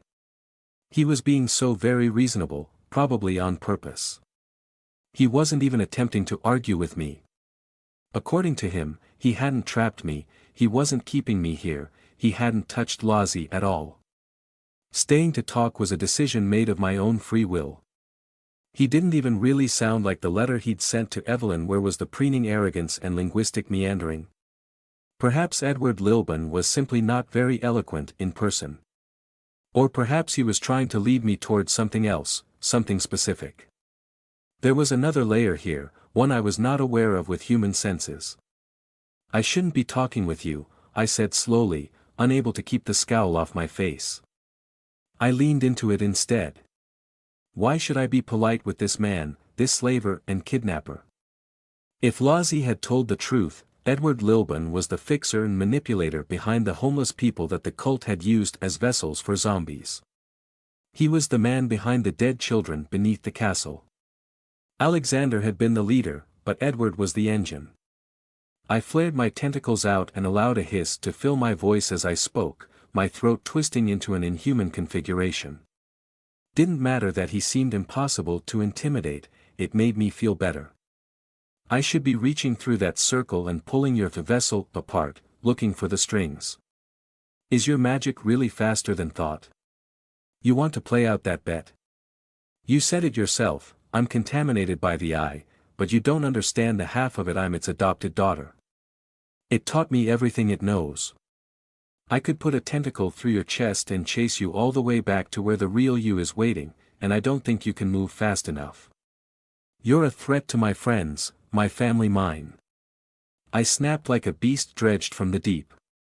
Should be trying to kill you. Shaking, quivering with rage, I forced myself to stay still. Very still. Draw him out, keep him talking. Come on, Evelyn, Lozzie, anybody. Find me. Edward stared. Wrinkled lizard lids blinked slowly. Papery tongue flickered out to wet lips thin as straw. I had to swallow hard to return my throat to a mostly human shape. I'll stay and talk, I hissed. But I would rather not.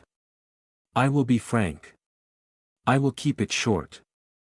Scrappy clink clink clink, went the claws of the marine ape outsider, trapped inside her magic circle. I turned my whole head to look, making the gesture as obvious as possible. Vacant eyes stared back into mine, black as the bottom of an ocean trench. Gray-fleshed muscles bunched and flexed, pulling the skin so taut it looked painful. Jutting jaw hung open, as if for filter feeding. But no plankton eater would have teeth so sharp. She looked from me to Edward, then back again. Is this thing supposed to threaten me? I asked. Back to Edward. I've fought far worse things from outside. A fancy gorilla isn't even frightening, I'll just send it back where it came from. Edward shook his head. Lank gray hair barely moved. It was necessary to bring you here. It is part of the machine. I frowned. Explain. What is it? Edward took a deep breath. His thin chest rose. We are wasting time. I don't care. Explain. Come on, Evelyn. Find me. Edward gestured at the creature with a papery hand. A fool who knew more than he wanted to once christened the species as dimensional shamblers. They are incredibly rare, difficult to tempt from their hunting grounds. They almost never breach our reality without significant encouragement. Breach our reality? Yes. They possess a very limited and distant cousin of Lao of my niece's powers, naturally evolved, wherever they originated. They use it for hunting prey. The natural resonance of the thing's flesh is necessary to set up the divine harmonics, which allowed my machine to function and bring you here. The creature is a kind of catalyst, nothing more. I stared at the dimensional shambler. It stared back at me. It is only an animal, said Edward. It is not here to harm you. Furthermore, it couldn't. Its method of predation is to snatch things away, to elsewhere. That wouldn't work on you. I lured it here and confined it for the machine, that is all. Abyssal instinct whispered up my spine and into my hindbrain, reading impulse from sources my human senses and human judgment could not, as I stared at the weird outsider apeshark thing. Outsider, yes. Animal, yes. But non-sapient? Absolutely not. Instinct whispered to me. This creature, this shambler, this dimension-hopping predatory shark, it wanted out. It knew it was in a cage, yoked for some purpose it couldn't comprehend. Anger, confusion, fear, such simple things did not cross the species boundary, but it felt analogues to those emotions. Cold marine life predation, threat calculation, the simple equation of muscle and meat. She and I understood each other. I let my tentacles drift wider, running on instinct. The shambler watched them strobe in dull rainbow. Or at least, her eyes moved. This thing walked the spheres, outside. Edward had summoned her. She might know where the real Edward was hiding, right now. It cannot understand you, he spoke without being asked. If you wish to dismiss it right now, then break the circle. It will likely leave of its own accord. Bingo, I thought. He didn't like me showing interest in the creature. Now, if only I could communicate with her. I left one tentacle extended, strobing softly, as I turned back to Edward. I'm not stupid enough to fall for that kind of trap, I said. Don't insult me, please. I do not intend insult. I wish to talk. I shrugged, trying to look offended and unimpressed, buying more time. The tentacle I had extended toward the shambler brightened slightly as I tried to figure out how to communicate. About what? I said. Why talk to me anyway? You already sent a letter to Evelyn, she got it this morning. Anything you have to say to me, you can say in front of her too. And everyone else. Zheng, try speaking to Zheng, how about that? You and Evelyn say have different aims. I know why you want the books, the Testament of Heliopolis. He waited. Expecting me to counter. Maybe he wasn't so different from Alexander after all. I waited as well. I was so much better at this than I used to be, even with cold sweat all down my back and my hands shaking and twisting inside my front pocket. I stared him down, daring him to comment on the tentacle I had extended toward the shambler. I slowed the rainbow pulsing, trying to see if she would react in any way. The shambler raised one paw and held it vertical, level with the tip of my tentacle.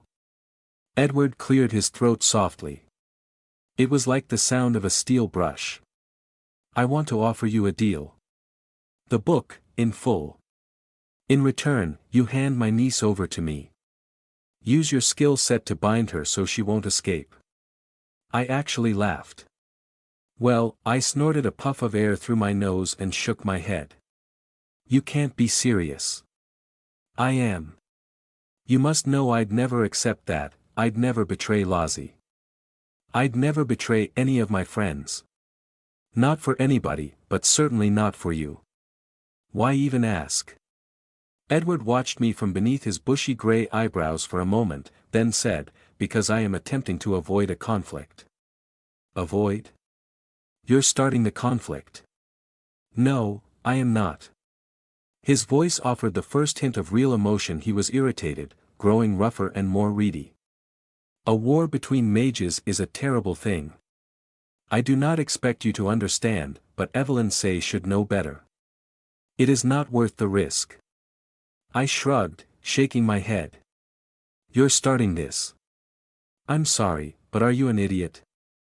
I almost hiccuped, doing my best to channel Evelyn at her best.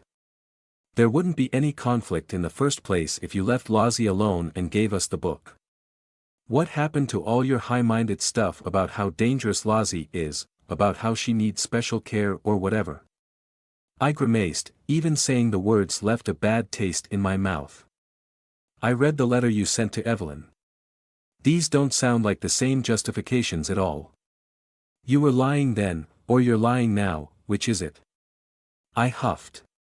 Actually, don't bother answering. I'm pretty sure this is nonsense. You're wasting my time. I turned to the dimensional shambler and pulled my tentacle back, then let go of the door frame and took a step toward the creature. Wait, said Edward. I stopped, rolled my eyes, and looked at him again. He was almost out of his rickety old chair, agitated and frowning. Oh my gosh, I thought, trying to keep my emotions off my face. I can't believe that worked. I worked very hard to keep frowning back at him, smoldering with Evelyn-like irritation, while inside I was shaking and shivering with nerves. I had to swallow another hiccup. I'd been bluffing, and he'd taken the bait. Or was I playing into his hands? He was about to reveal the true reasons he wanted Lozzie, or something similar, wasn't he? But this would be a lie too. I reminded myself in no uncertain terms, he was lying. He wet his lips and settled back, breathing a bit too hard. I wish to avoid conflict. That is true. I wish to avoid a war with another mage, while also achieving my own aims. I tried to look extra unimpressed. Edward carried on talking. The content of the letter, that was for say. It was not a lie, but it was economical with the truth. I shook my head. Word games. The reason I am speaking with you, more frankly, is because you and I may understand each other better, far better than Evelyn Say and I would understand each other. You and I have nothing in common. Nothing. You can't seriously believe I would fall for that. Edward paused, wet his lips, and considered me as if from a different angle. I want the secrets to traveling in the spheres outside. That is why I want my niece. Yes, I figured that part out. You already have our gateway magic. Edward sighed and rubbed his eyes beneath his glasses. The gateway magic I stole from you. How? I snapped. He ignored that. It leads only to the great outside library. I lack the neurological structures to adjust the spell. I require my niece. An evil little impulse took me by the tongue. Too difficult for you, yes. What if I teach you how to slip? No. He answered instantly. I have considered that possibility and what I would trade for the lessons. 1. You are contaminated by the eye. Teaching me how to slip, as you say, would open me up to similar infection with outsider thought patterns. 2. Even if you could teach me the necessary mental sigillization, my brain is human. Yours is not. You are only able to execute the necessary magic because you have undergone certain changes. I am too old and too human to survive such a thing. No. Physical gateways are the only viable method. For those, I require my niece. I require her mind. I wouldn't teach you anyway, I said. You're the worst kind of monster. And I have no reason to give you Lozzie for this either. Why would I ever help you? We're close to finding your hiding place, and then we win. I thought I was bluffing, finding him was only half the battle, we had no idea how well he was protected. But then Edward said, I have no doubt you will. You are skilled and determined. Then what? I came up short. You expect us to find you, and win. Quite. I frowned harder. Was he mocking me? Was this his idea of sarcasm?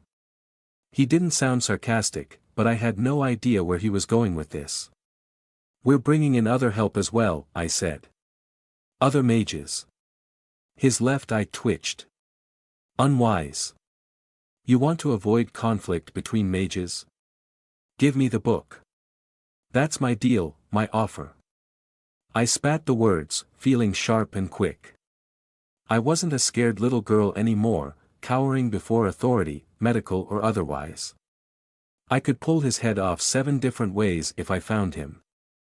You give me the book, I let you live. Lozzie is not involved. I laughed, a sad sound, hollow and unimpressed. I think I pulled that off, better than I expected. What was the point of this conversation? Did you seriously think I would agree to any of that? Why do this? I can tell you're trying to hoodwink me somehow, that this conversation isn't what it seems to be. It's too obvious. What are you doing? Edward stared at me through his thick, wire-rimmed spectacles. He sat up straighter and smoothed his coat over his chest. Do you know why? He asked. Do you know why I want the freedom of access to the spheres beyond, outside? I opened my mouth to say, lust for power, but that was too obvious. I stopped and shook my head. Something in his tone was different. A baited hook. I backed up one pace, toward the kitchen door and the corridor beyond. The shambler watched me, unblinking. You have been there, Edward said. You have traveled outside, extensively, just like my niece has. You have seen the wonders beyond our cradle. You have witnessed firsthand the depths which lie just beyond this veil. He waved his hand slowly, back and forth, through the air. You have seen a fraction of what I wish to see. And you've gone partway through the process. Process? Do you know there are only 3 ways a mage ends up? His voice focused again, sharp as gravel under the tongue.